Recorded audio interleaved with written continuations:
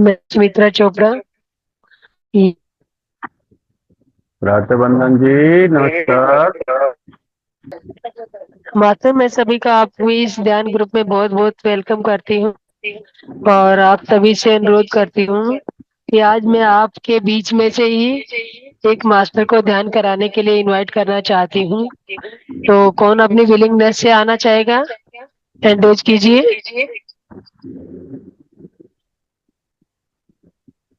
Yes mister Pushkar, you want to do? Yes ma'am. आप ध्यान आप ध्यान कराएंगे? हाँ जी, तो मास्टर, रेकी से ध्यान कराऊंगा आज मैं। ओके मास्टर, आप ध्यान में बैठा दीजिए सभी को और ध्यान की यात्रा आगे बढ़ाइए। तो पुष्कर ओके जी, जी। Over to you. Thank you ma'am. अपने आप को। सबसे पहले तो सभी मास्टर को नमस्कार। मैं Pushkar Singh Rawat, reiki grand master. तो सबसे पहले रेकी को समझते हैं थोड़ा सा। मेन मेन पॉइंट रेकी से हम अपना पूरा शरीर को ऊर्जावान रख सकते हैं। ठीक है। और इसमें हमारे बॉडी में 7 चक्रास होते हैं और 7 चक्रास के थ्रू मैं आपको आज ध्यान कराऊंगा। तो सबसे पहले समझते हैं रूट चक्र। रूट चक्र होता है हमारे एनएस के पास नीचे। सैक्रल चक्र होता है नाभि से 3 इंची नीचे। मणिपुर चक्र होता है नाभि पर। हार्ट चक्र होता है सामने हृदय पे। थ्रोट चक्र होता है गले पे। थर्ड आई चक्र होता है दोनों आंखों के बीच में जहां पे हम तिलक लगाते हैं। और क्राउन चक्र होता है सर पे। तो प्लीज आप सुखासन में बैठ जाइए और हथेलियों को ऐसे खोल के रखिए। ऐसे हथेलियों को ऐसे खोल के और आसमान की तरफ दोनों घुटनों के ऊपर। तो स्टार्ट करें। आप सब रेडी हैं? किसी की मास्टर, हाथ आवाज? को क्लोज ही करवा दीजिए। हाँ जी। हाथों को क्लोज करा लीजिए, जैसे ध्यान की अवस्था यहाँ पे होती है उसी अवस्था ओके। में ध्यान कराइए आप। ठीक है, आप हाथों को ऐसे ऐसे क्रॉस कर लीजिए ऐसे। ठीक है। और अपने नाभि के साथ ऐसे लगा के रखिए। ठीक है जी। तो अभी आप धीरे से आंखें बंद कीजिए और 3 4 गहरी गहरी लंबी लंबी सांस लेनी है।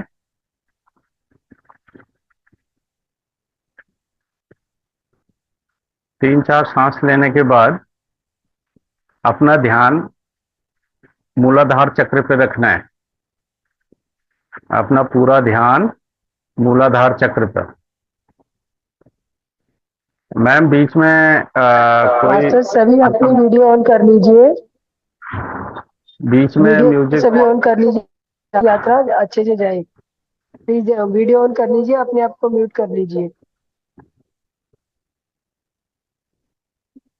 एक म्यूजिक, हल्का म्यूजिक चला दीजिए मैम।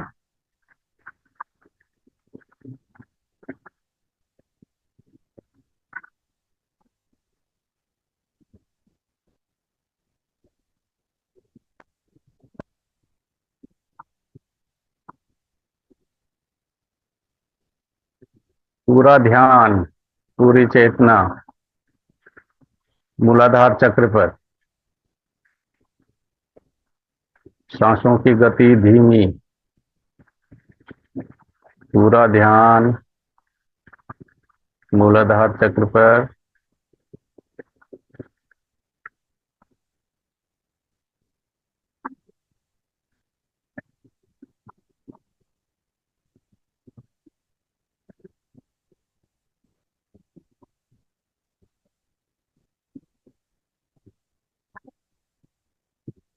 हम 3 मिनट के लिए मूलाधार चक्र पर ध्यान लगाएंगे। हर चक्र पर 3 मिनट ध्यान लगाएंगे।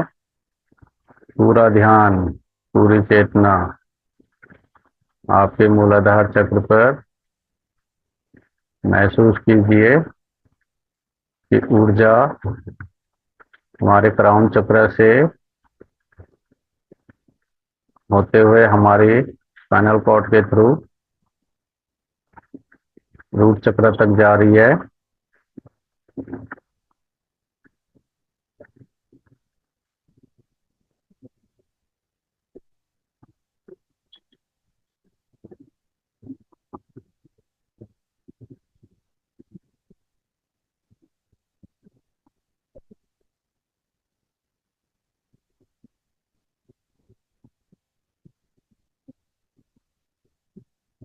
पूरा ध्यान रूट चक्र पर,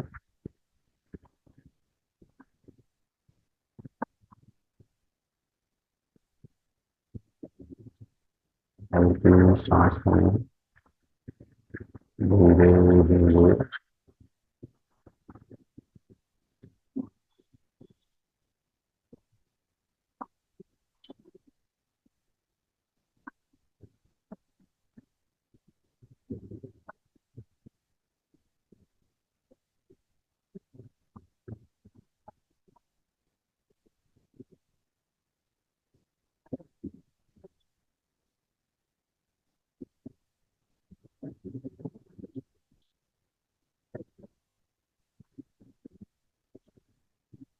पूरा ध्यान रूट चक्र पर,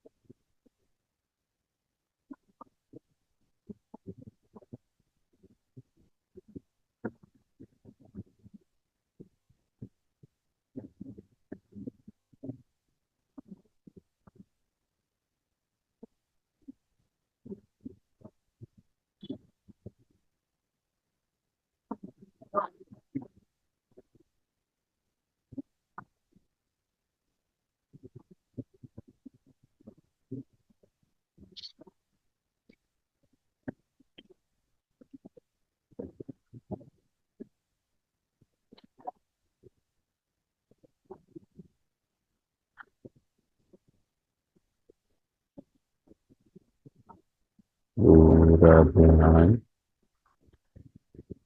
आपके रूट चक्र पर,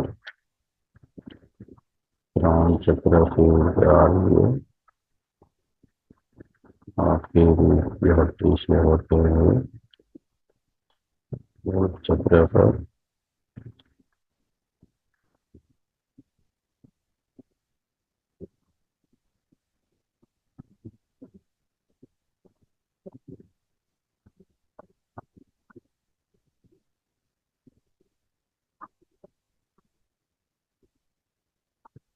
अब हम धीरे से ध्यान को अपने सैक्रल चक्र पर लेके आएंगे। रूट चक्र से 4 इंच ऊपर,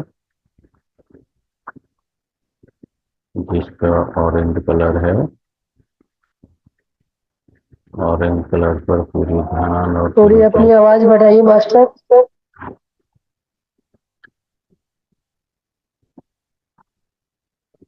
पूरा ध्यान पूरी चेतना अपने सैक्रल चक्र पर, स्वादिष्टान चक्र जिसका ऑरेंज कलर है,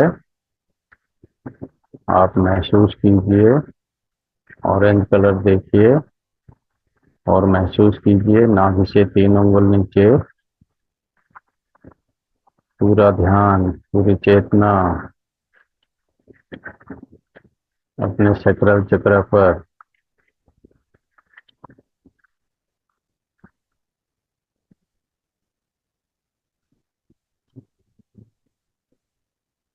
ऊर्जा का प्रवाह होता हुआ क्राउन चक्र से ऊर्जा आ रही है, आपके रीढ़ की हड्डी से होते हुए सैक्रल चक्र तक।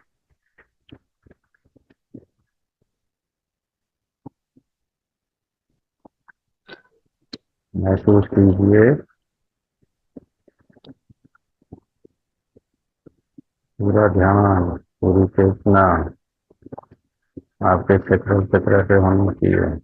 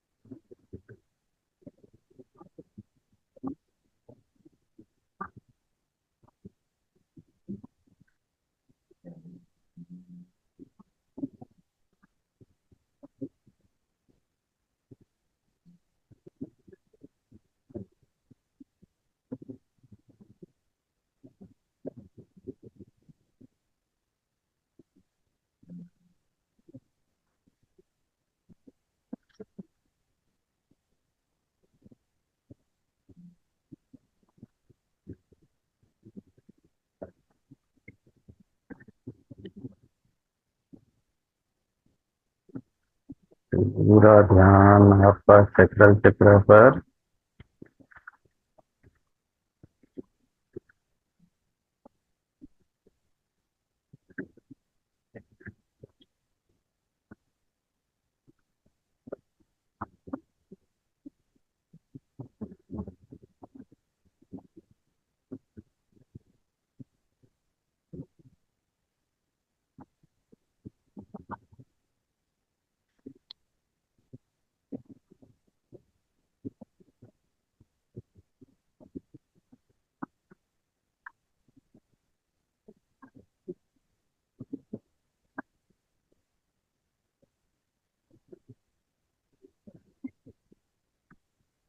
अब हम अपने ध्यान को मणिपुर चक्र पर लेके आएंगे, जो कि हमारे नाभि के पास है, और इसका कलर है येलो, पीला कलर। हम विजुलाइज करेंगे कि पीले कलर की ऊर्जा वहां पर घूम रही है। पूरा ध्यान, पूरी चेतना आपके मणिपुर चक्र पर, नाभि के पास। पूरा ध्यान, पूरी चेतना मणिपुर चक्र, क्राउन चक्र से ऊर्जा आती हुई आपके रीढ़ के हड्डी से होती हुई मणिपुर चक्र पर।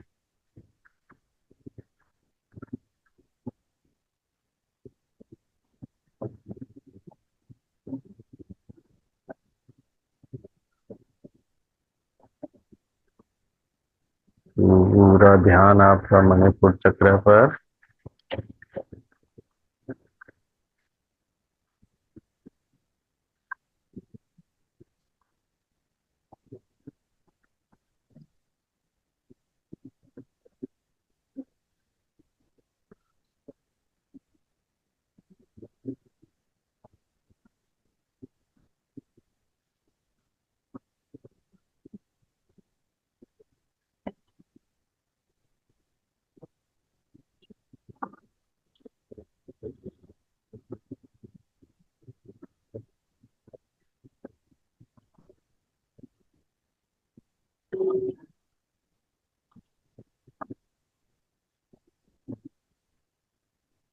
पूरा ध्यान आपका मणिपुर चक्र पर।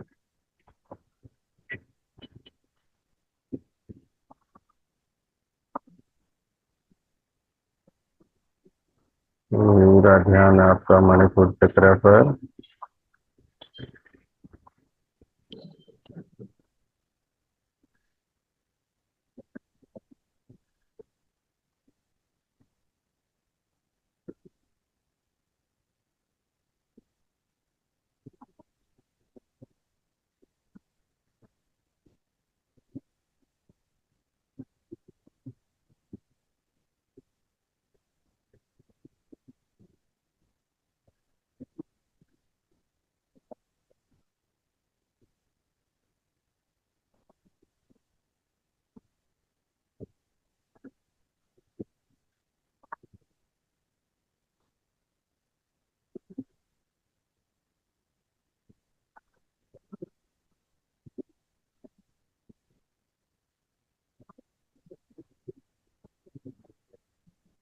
अब अपना ध्यान हार्ट चक्र पर लगाइए, हृदय चक्र पर, जिसका रंग है हरा। चेस्ट के बीच में ये चक्र होता है। अपना ध्यान चेस्ट पे हरा कलर महसूस कीजिए। आपका पूरा ध्यान, पूरी चेतना हार्ट चक्र पर, क्राउन चक्र से ऊर्जा आ रही है, रीढ़ की हड्डी से होते हुए आपके हार्ट चक्र पर महसूस कीजिए।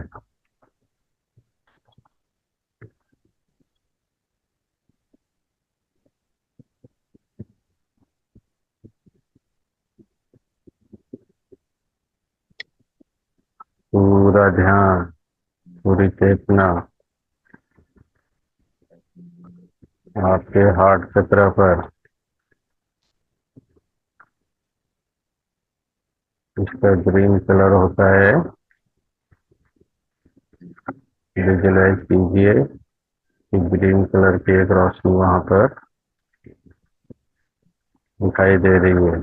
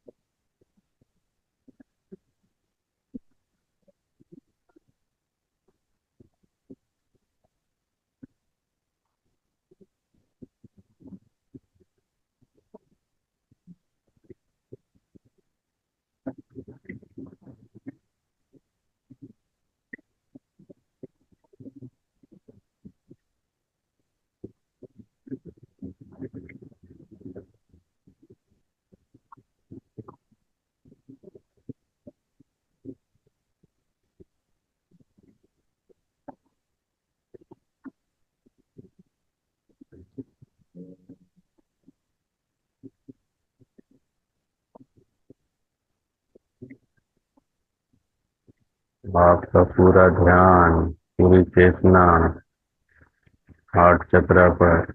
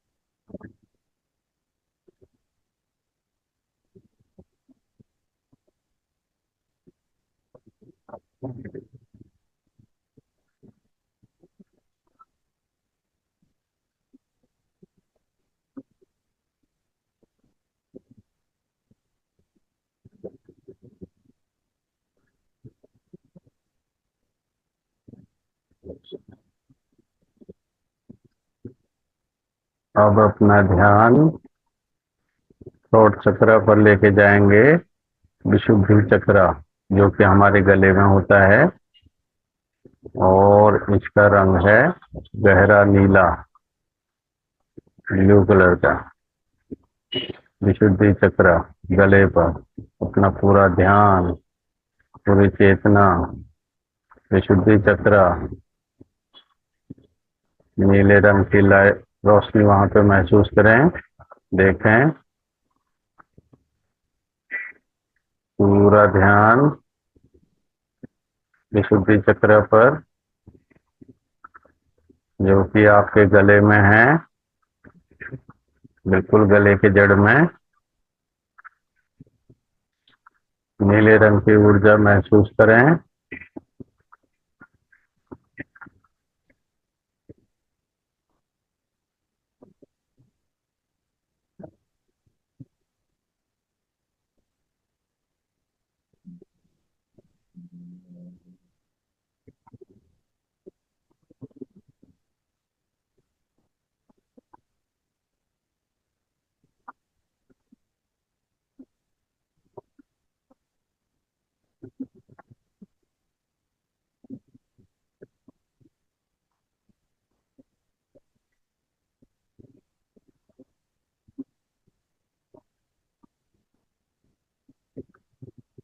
पूरा ध्यान, पूरी चेतना आपके विशुद्धि चक्र पर, थ्रोट चक्र पर ब्लू कलर की रोशनी महसूस करें, ऊर्जा महसूस करें। पूरा ध्यान, पूरी चेतना आपके विशुद्धि चक्र पर।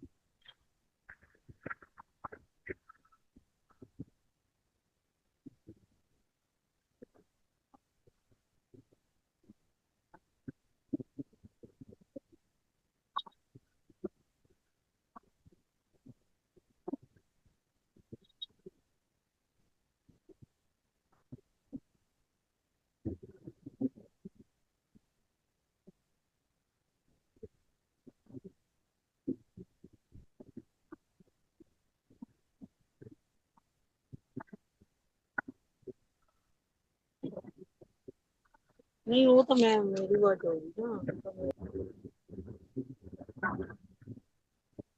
प्लीज अपने आप को म्यूट कर दें,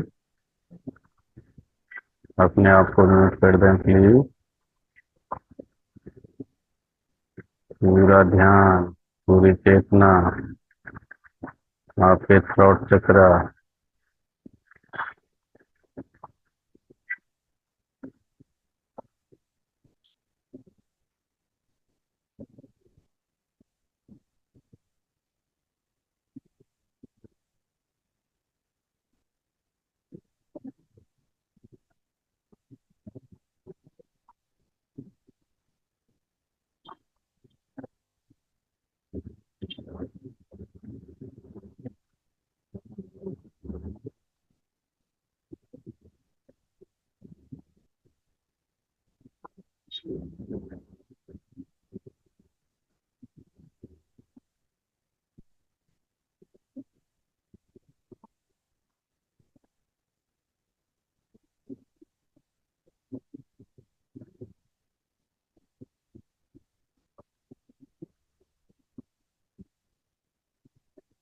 अब हम अपने ध्यान को आज्ञा चक्र पे लगाएंगे, जो कि हमारे दोनों आंखों के बीच में, जहाँ पे बिंदी लगाते हैं, तिलक लगाते हैं, बिल्कुल उस जगह पर।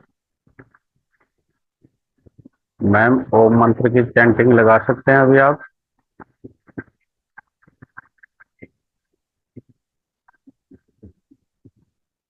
पूरा ध्यान, पूरी चेतना आपके आज्ञा चक्र पर। इसका हल्का नीला रंग है, नीले रंग की ऊर्जा लाइट महसूस करें आज्ञा चक्र पर।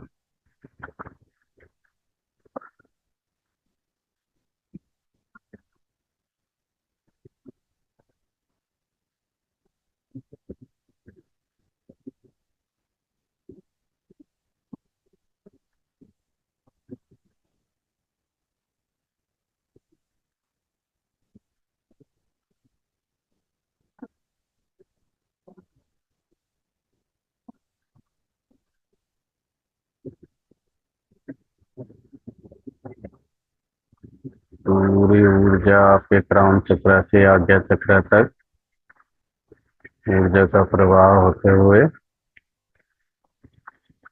महसूस करें आपके आज्ञा चक्र पर।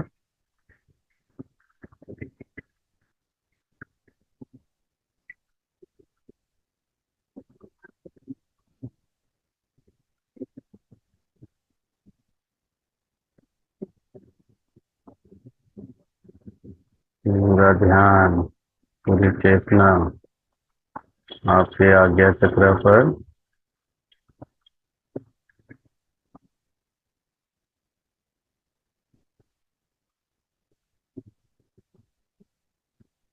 पूरा ध्यान, पूरी चेतना आपके आज्ञा चक्र पर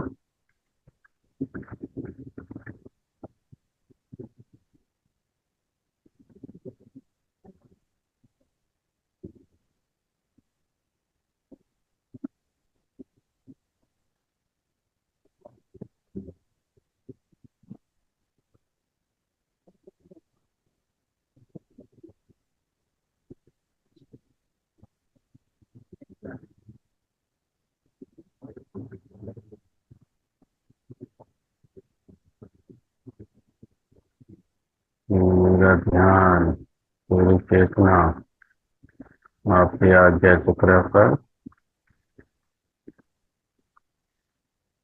जिसको थर्ड आई चक्र भी कहते हैं।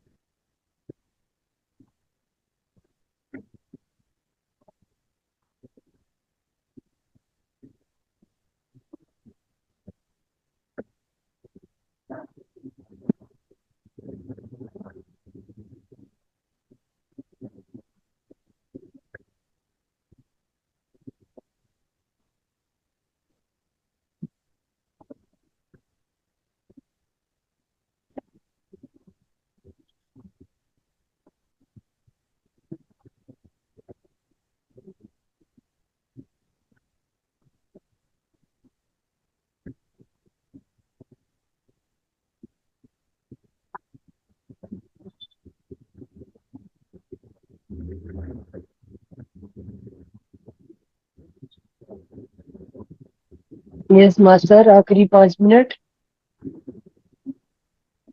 जी, अब अपना ध्यान क्राउन चक्र पर, एकदम सिर की चोटी में, इसका नाम है सहस्त्रार चक्र। क्राउन चक्र भी इसे कहते हैं। पूरा ध्यान क्राउन चक्र के ऊपर, और पूरी चेतना के साथ आपका ध्यान क्राउन चक्र पर होना चाहिए। ऊर्जा का फ्लो यहीं से शुरू होता है। पूरा ध्यान, पूरी चेतना आपके क्राउन चक्र पर महसूस कीजिए, ऊर्जा वहां से आ रही है।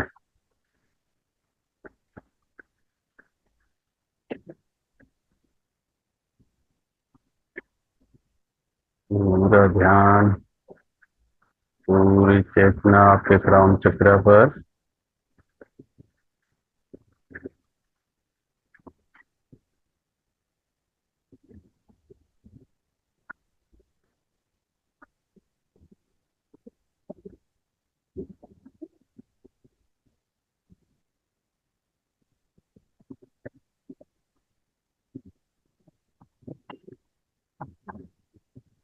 आखिरी 2 मिनट। यहीं पे हमारा ब्रह्म रंध्र भी होता है। पूरा ध्यान, पूरी चेतना आपके क्राउन चक्र पर।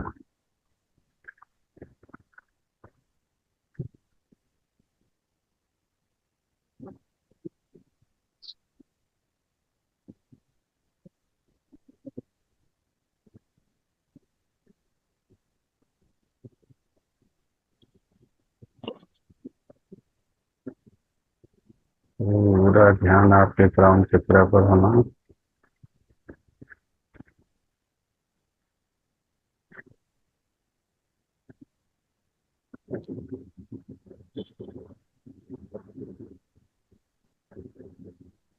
अब धीरे से अपने हाथों को खोलिए और अपने चेहरे पर लगाइए।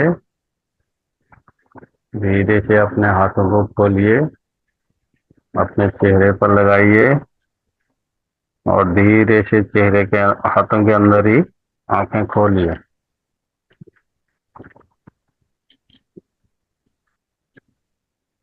थैंक यू रावत जी, बहुत अच्छा जी, बयान कराया आपने। Thank you. Most welcome ma'am, most welcome. Thank you. Thank you master.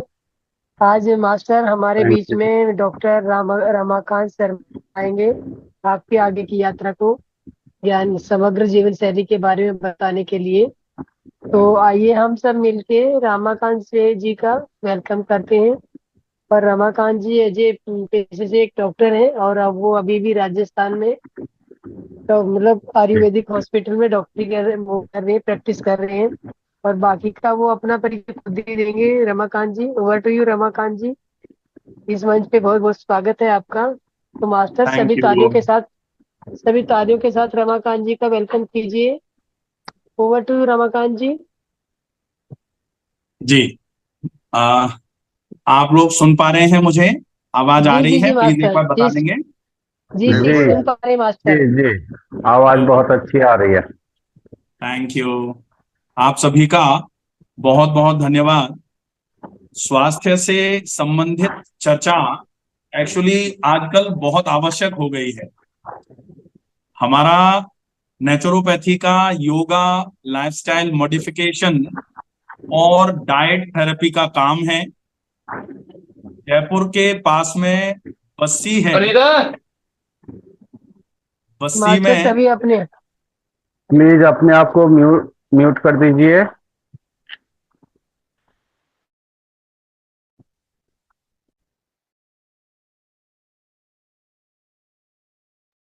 Ramakant जी अपने आप को अनम्यूट कर लीजिए आप। हाँ, यस। तो आज हम देखेंगे बेसिकली कि हम स्वस्थ रहें, इसके लिए हमको करना क्या है। सही शुरुआत बताया। से समझेंगे कि हम स्वस्थ रहना चाह रहे हैं तो हम स्वस्थ करना किसको चाह रहे हैं। शरीर को स्वस्थ करने का काम है। सबसे पहले ये समझना आवश्यक है कि हम जिसको स्वस्थ करना चाह रहे हैं वो एग्जैक्टली है क्या। तो शरीर क्या है? शरीर क्या है में कई परिभाषाएं शरीर को लेकर के दी गई हैं। सबसे पहली परिभाषा, चूंकि अभी भैया पुष्कर जी ने जो ध्यान का सेशन लिया बहुत ही बढ़िया रहा, तो हम वहां से ही शुरुआत करेंगे कि शरीर बेसिकली एक माध्यम माना गया। कहावत कही गई, शरीर माध्यम खलु धर्म साधनम। धर्म की साधना के लिए शरीर एक माध्यम है। तो अगर साधना के लिए शरीर माध्यम है तो हमें माध्यम को तो सही रखना ही पड़ता है। जैसे अगर हम कहीं से कहीं जाते हैं और हम जिस चीज से जाते हैं, बस में जा रहे हैं या अपनी गाड़ी है, टू व्हीलर है, लाइट बंद कर साइकिल दो है, आगे से। जो भी है उसको हमको ठीक रखने की आवश्यकता होती है। और अगर माध्यम को हम ठीक नहीं रख पाए तो निश्चित ही कहीं अगर माध्यम का पहिया, गाड़ी का पहिया निकल कर चला गया तो हम पहुंचेंगे ही नहीं। पहुंचने के लिए आवश्यक होता है कि माध्यम बिल्कुल ठीक रखा जाए। तो अब ये माध्यम जो है, ये माध्यम बना किससे है? जैसे हम कहते हैं कि हमको जयपुर से दिल्ली जाना है, हम अपनी गाड़ी से जाएंगे, तो गाड़ी तो हो गई माध्यम। लेकिन वो गाड़ी बनी किससे है? लोहे से बनी है, उसमें पहिए लगे हैं, उसमें स्टेयरिंग लगी है, उसमें फ्यूल टैंक है, कई सारी चीजें हैं। तो ऐसे ही शरीर किस किस चीज से मिलकर बना है, इसके लिए कई परिभाषाएं फिर से निकाली गई। तो एक परिभाषा रही आयुर्वेद की, जिसमें क्लियरली बोला गया, दोष धातु मल मूलम ही शरीरम। शरीर क्या है? शरीर है दोष धातु मल, इन सबको मिलाकर के जो एक संरचना बनी है उसको शरीर कहा जाता है। आयुर्वेद में ही थोड़ा सा और एलोबरेट करके बोला गया कि भाई ये दोष धातु तो हम निकाल नहीं पाएंगे। हम तो ऐसी कोई चीज हमको बताओ जो अगर हम शरीर को काटें तो हमको अंदर मिले। जैसे हम अगर गाड़ी देखते हैं तो पहिए हम निकाल सकते हैं, पेट्रोल टैंक उसका हम निकाल सकते हैं। तो ऐसी क्या परिभाषा होगी? तब फिर आयुर्वेद में शरीर की परिभाषा दी गई कि शरीर 7 धातुओं से मिलकर बना है और उनको बोला गया सप्त धातु। उसमें कहा गया रसो रक्त ततो मासः, मासो न मेद प्रजायते, मेद सो अस्थि, अस्थि सो मज्जा, मज्जा शुक्र प्रदायते। तो ये रस से लेकर के शुक्र तक 7 धातुएं हैं, ये शरीर में हम देख सकते हैं। रस शरीर में होता है, रक्त शरीर में होता है, मांसपेशियां शरीर में होती हैं, मेद फैट शरीर में होता है। तो ये ऐसे करके सप्त धातुओं का सिद्धांत चला। नेचुरोपैथी में हम लोग जो देखते हैं, हम कहते हैं कि शरीर 5 महाभूतों का सम्मिश्रण है। क्षिति जल पावक गगन समीरा, 5 तत्व मिल बना शरीरा। 5 तत्वों से मिलकर के शरीर बना हुआ है। एलोपैथी वाले मानते हैं कि शरीर जो है भाई, ना तो क्षिति जल पावक है, ना रस रक्त मांसा मज्जा है। शरीर तो सेल है, सेल मिलकर के टिश्यू बनाती हैं, टिश्यू मिलकर के ऑर्गन बनाता है, ऑर्गन मिलकर के ऑर्गन सिस्टम बनाता है, और ऑर्गन सिस्टम का समन्वय जो है वो शरीर है। तो अब अगर हम किसी भी फॉर्म में मान लें कि शरीर ये है, शरीर की संरचना ये है, तो इस शरीर को बात आती है स्वस्थ रखने की। आज हम जो चर्चा करेंगे वो, चूंकि चर्चा जो है ना, लाइफस्टाइल एक बड़ा विषय है। मैंने बोला था कि लाइफस्टाइल बड़ा टॉपिक है, और आधे घंटे 1 घंटे में 1.5 घंटे में खबर करने वाला है नहीं। मैं कोशिश करूंगा कि उसके विषय में पूरी जानकारी शुरुआत से चले अपन। सर आप अपना टाइम ले सकते हैं, लीजिए। बिल्कुल। तो अब जैसे शरीर को स्वस्थ करने की बात है, तो आशा है मुझे शरीर क्या है यहां तक समझ में आ गया। शरीर माध्यम है, और शरीर किन किन चीजों से मिलकर बना है, विभिन्न पद्धतियों में विभिन्न परिभाषाएं निकाली गई। अब देखते हैं कि शरीर को स्वस्थ करने की बात है, तो हम जो स्वस्थ करना चाह रहे हैं, स्वास्थ्य की परिभाषा क्या है। एग्जैक्टली आज तक स्वास्थ्य की परिभाषा ही बहुत अच्छे तरीके से नहीं निकल पाई। जो आयुर्वेद में हजारों साल पहले कह दिया गया था, आज भी लोग उस बात को समझ नहीं पा रहे। और आयुर्वेद में बिल्कुल क्लियरली बोला गया था स्वास्थ्य की परिभाषा को लेकर के, कि स्वास्थ्य की परिभाषा क्या है। सम दोषः समाग्निश्च सम धातु मलाक्रिया प्रसन्न आत्मा इंद्रिय मन स्वास्थ्य इत्य विधीयते। इतनी चीजें जब सही होंगी तब जाके शरीर स्वस्थ माना जाता है। दोष आयुर्वेद में अगर कोई थोड़ा बहुत इंटरेस्टेड है तो उसको पता होता है, दोष 3 प्रकार के होते हैं, वात पित्त और कफ। जब तक ये दोष सम नहीं होते हैं, जब तक ये दोष बिल्कुल समन्वय में नहीं रहते हैं, तब तक शरीर स्वस्थ नहीं रह सकता। तो दोष सम रहें ये बहुत आवश्यक है।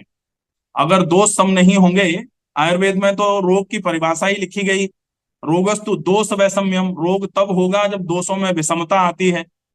और अगर आपको रोग को दूर करना है तो दोषों को सम करना पड़ेगा। तब फिर शरीर में स्वास्थ्य की परिभाषा में भी क्लियरली लिखा गया, दोष साम्य आरोग्यता। जब आप दोषों को सम करोगे तब शरीर आरोग्य को प्राप्त करेगा, अन्यथा सर पटक पटक के मर जाए कोई, स्वस्थ नहीं रह सकता। ठीक है।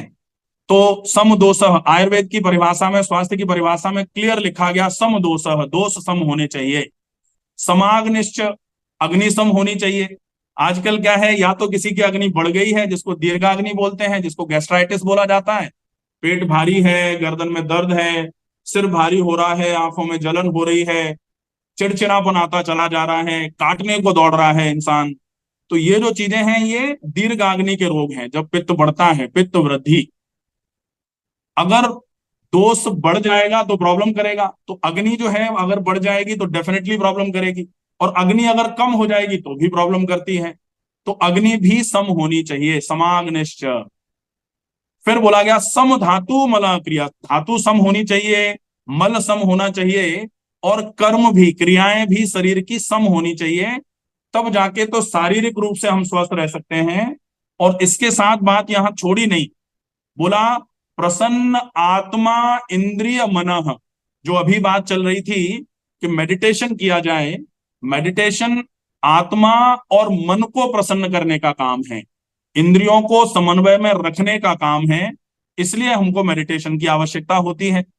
तो प्रसन्न आत्मा इंद्रिय मन, अगर मन हमारा प्रसन्न नहीं रहता है, तो एक बहुत अच्छी कहावत कही गई थी, अप्रसन्नस्य चित्तस्य सर्वे रोगा भवन्ति।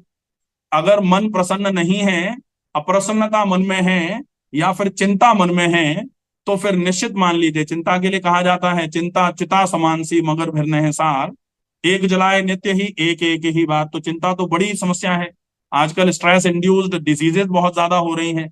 तो ये जो है, ये स्वास्थ्य की परिभाषा थी। WHO ने, या फिर आजकल जो स्वास्थ्य की परिभाषा चल रही है उसमें चल रहा है बुखार नहीं होना चाहिए, उसी को स्वस्थ मान लेते हैं लोग।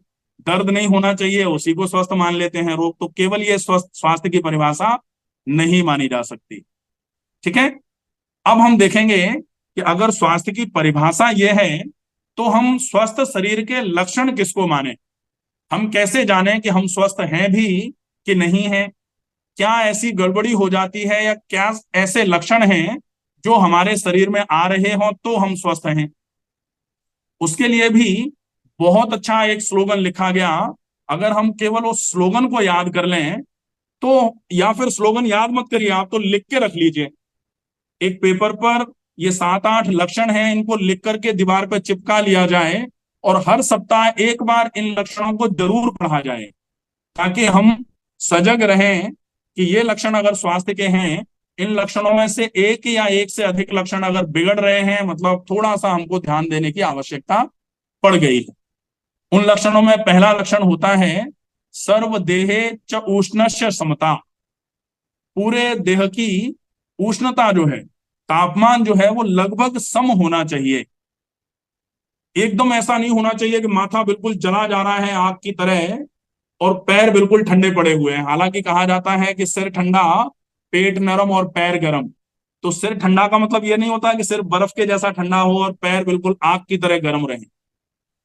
उष्णता सम के आसपास होनी चाहिए, कहीं ज्यादा तापमान का डिफरेंस नहीं हो, पहला लक्षण। दूसरा लक्षण लाघवम। लाघवम का मतलब होता है हल्कापन। शरीर में कहीं भी भारीपन की फीलिंग नहीं होनी चाहिए, जैसे पेट भारी है, सिर भारी है, आंखों की पलकों को ऐसे करके उठाना पड़ रहा है, गिरी जा रही है पलकें, अगर ऐसा लग रहा है डेफिनेटली ये मान लीजिए कहीं ना कहीं रोग पनप रहा है। तीसरा सुखम। सुखम का मतलब है कि शरीर ऐसा महसूस करे कि बहुत बढ़िया लग रहा है। दुख का आभास शरीर में अगर आना चालू हो जाए, छोटी छोटी बात पर ऐसा लगे कि हम तो कुछ ही नहीं कर पा रहे हैं, इसका मतलब कहीं ना कहीं शरीर अपनी जड़ें जमाने की कोशिश कर रहा है। आपको थोड़ा सजग हो जाने की आवश्यकता है। फिर एक होता है शुद्ध तीक्ष्णा। शुद्ध तीक्ष्णा का मतलब होता है तीखी भूख लगना। अगर तीखी भूख नहीं लग रही है, इसका मतलब डेफिनेटली ये मान लीजिए कि शरीर में कहीं ना कहीं गड़बड़ी आना चालू हो गई है, आगे चल के कोई रोग पनप सकता है। गाढ़ निद्रा। गाढ़ निद्रा का मतलब है नींद गाढ़ी आनी चाहिए, और गाढ़ी नींद का मतलब होता है कि आप बच्चे की तरह सोएं। जैसे छोटा बच्चा अपन देखते हैं कहीं कहीं कि छोटे बच्चे को दादाजी के पास से माँ उठा के अपने कमरे में ले आती है और बच्चे को पता ही नहीं होता कि हम कहाँ सो रहे थे, और सवेरे पूछता है वो दादाजी के पास सो रहे थे, हमको मम्मी के कमरे में कौन लाया। और हमको अगर थोड़ा सा आलपिन भी गिरा दी जाए तो नींद खुल जाए, तो ऐसी स्थिति तो गड़बड़ है फिर। तो गाढ़ निद्रा, नींद गाढ़ी आनी चाहिए। अगर नींद गाढ़ी नहीं आ रही है, डेफिनेटली प्रॉब्लम है, निश्चित ही रोग अपनी जड़ें जमाने की कोशिश कर रहा है कहीं ना कहीं। फिर आता है कि आप नींद गाढ़ी हो गई, मनसो अपि प्रसन्नता। मन प्रसन्न रहना चाहिए। और मन प्रसन्न कब रहे, जैसे पड़ोसी की घर में खुशी आई है तो हमको उसमें खुशी मिलनी चाहिए।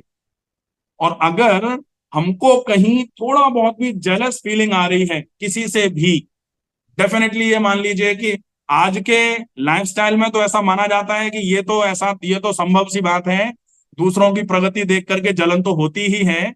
लेकिन जिसको दूसरों की प्रगति से जलन हो रही है, डेफिनेटली कहीं ना कहीं रोग अपनी जड़ें जमाने की कोशिश कर रहा है। और उसके बाद बात आती है कि शरीर कर्म सामर्थ्य, शरीर में कर्म करने का सामर्थ्य होना चाहिए। अनालस्यम शरीरस्य, शरीर में आलस्य का भाव नहीं हो। आलस्य का भाव तो आजकल ऐसी स्थिति है कि अगर पानी की बोतल उठा के पानी पीना है तो घर में मेड से कहा जाता है भाई एक गिलास पानी दे दे। और वो स्थिति अगर आ रही है तो डेफिनेटली ये मान लीजिए आलस्य जितना ज्यादा शरीर में आ जाएगा उतना ही ज्यादा प्रॉब्लम्स आना चालू हो जाएंगी। ठीक है, अनालस्यम शरीरस्य। इसके बाद स्वतः स्वेदो गमन काले, सवेरे सवेरे सवेरे सवेरे मोशन और यूरिन अच्छे तरीके से एक बार में साफ हो जाता हो, बिना किसी असिस्टेंस के, स्वतः। आजकल क्या हो रहा है कि सवेरे जागे किसी को चाय पीनी है, किसी को सिगरेट पीनी है, किसी को तंबाकू का मंजन करना है, किसी को चूरन खाना है, किसी को चटनी खानी है, उसके बाद पेट साफ हो रहा है। तो ये गड़बड़ी है। अगर ऐसा हो रहा है तो मान लो शरीर स्वस्थ नहीं है। इतने सारे ये लक्षण हैं। इन लक्षणों को अगर हम ध्यान में रख लेंगे तो निश्चित ही हम ये समझ सकते हैं कि हम पूरे तरीके से स्वस्थ हैं या नहीं। ठीक है, इतना बिल्कुल क्लियर है, समझ में आ रहा है? Yes sir. ठीक है ना? यस हाँ, मास्टर। ओके। अब हम देखेंगे कि अब हमने ये तो देख लिया कि शरीर में स्वास्थ्य ये है। अब हम देखते हैं कि रोग क्या है, क्योंकि हमें तो शरीर को स्वस्थ करना है। तो किसको भगाना है तब शरीर स्वस्थ होगा? रोग को भगाना है। अगर हम रोग को भगाना चाह रहे हैं तो रोग को हमको समझना भी तो पड़ेगा, और रोग को समझना पड़ेगा तो फिर आयुर्वेद और नेचुरोपैथी में रोग की परिभाषा या रोग के कारण में बहुत क्लियरली लिखा गया है, रोगस्तु दोष वैषम्यम। रोग कब होता है? जब दोष में विषमता आती है, पहला। दूसरा, नेचुरोपैथी में कहा गया सर्वे रोग मलावसा।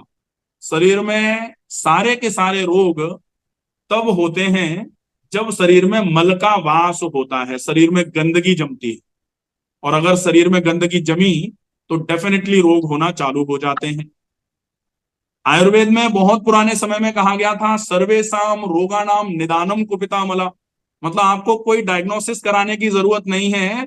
अगर मल कुपित हो रहा है तो डेफिनेटली कोई सा भी रोग हो सकता है, उसके लिए आपको किसी भी डायग्नोसिस की आवश्यकता नहीं है। ठीक है, तो ये रोग के कारण माने गए।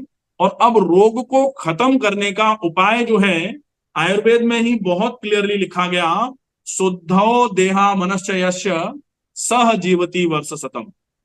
शुद्धि अगर कर ली जाए, मनुष्य केवल अपने शरीर को शुद्ध कर ले तो वो 100 वर्ष तक जिंदा रह सकता है। और ये मैंने नहीं बोला, ये आयुर्वेद के शास्त्र में लिखा गया है, शुद्धो देहा मनुष्य सह जीवती वर्ष शतम। अगर मनुष्य सिर्फ शुद्धि कर ले, और अगर शुद्धि कर ले तो फिर अब बात आती है शुद्धि कैसे कर सकता है मनुष्य। तब फिर दो चीजें आती हैं। एक तो शुद्धि करे, मतलब अशुद्ध है शरीर, उसको गंदगी को निकाल करके शुद्ध कर ले। और दूसरा होता है शुद्ध अगर हो जाए तो शुद्धि रख ले। तो शुद्धि कर ले और शुद्धि रख ले। शुद्धि करने के लिए तो शुद्धि कर्म आवश्यक है, और शुद्धि रखने के लिए जीवन शैली आवश्यक है। तो जो टॉपिक था जीवन शैली, वो अब चालू होता है कि आप क्यों चाह रहे हो जीवन शैली का सही फॉलोअप। क्योंकि आप चाह रहे हो कि शरीर शुद्ध बना रहे, और शरीर शुद्ध बना रहे ये शुद्धि के दो रूपों में आता है कि एक तो शरीर को शुद्ध करना और दूसरा शरीर को शुद्ध रखना। जैसे कमरे में गंदगी भरी हुई है, आप उस गंदगी को निकाल करके कमरे को साफ करो, ये तो पहला हो गया कि शुद्ध करना। और अब दोबारा वो कमरा गंदा नहीं हो, इसका ध्यान रखो, ताकि जो रोज गंदगी फैल रही है रोज झाड़ू पोंछा करके उस कमरे को साफ करते रहो, इसको बोला जाएगा शुद्धि रखना। तो आप अगर शुद्धि करना और शुद्धि रखना कर लेते हैं तो फिर शुद्धि पूरी रहेगी, और उसके बाद फिर आपका शरीर पूरे तरीके से मजबूत रहेगा, स्वस्थ रहेगा, शरीर में किसी भी प्रकार का कोई रोग नहीं आ पाएगा। अब हम देखेंगे कि शुद्धि रखने के लिए जीवन शैली में किन किन चीजों का नियमन आवश्यक है, कौन सी ऐसी चीजें हैं जिनको हमको नियमित पालन करना चाहिए। सबसे पहले नंबर पर आता है ब्रह्म मुहूर्त उत्तिष्ठे। सबसे पहला काम जो दिनचर्या का है कि आप पूरे दिन में क्या करोगे, आपका रूटीन कैसा होना चाहिए, तब आप स्वस्थ रह पाओगे। तो पहला है ब्रह्म मुहूर्त उत्तिष्ठे, ब्रह्म मुहूर्त में उठना। अब आप पूछ सकते हैं कि ब्रह्म मुहूर्त क्या होता है और ब्रह्म मुहूर्त में उठना क्यों आवश्यक है। तो ब्रह्म मुहूर्त में उठना और ब्रह्म मुहूर्त में उठने के फायदे पाना, और ब्रह्म मुहूर्त में उठने से कौन से रोगों का शमन होता है, इसके लिए मेरे नाम से एक यूट्यूब चैनल है, मेरे नाम से ही है, डॉक्टर रमाकांत शर्मा। उसमें लगभग 1000 के आसपास वीडियोस पड़े हुए हैं, ऑलमोस्ट सारे टॉपिक्स पर वीडियो बने हुए हैं। तो ब्रह्म मुहूर्त में उठने के लाभ क्या हैं, ब्रह्म मुहूर्त किसको बोला जाता है, कौन से रोगों में केवल ब्रह्म मुहूर्त में उठना फायदा करेगा, ये अलग से वीडियो है, आप लोग अगर चाहें तो पूरा डिटेल में इसको समझ लेना।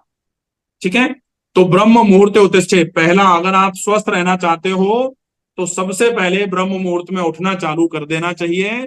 और ब्रह्म मुहूर्त का एक छोटा सा एग्जाम्पल हम देख सकते हैं कि ब्रह्म मुहूर्त क्या होता है।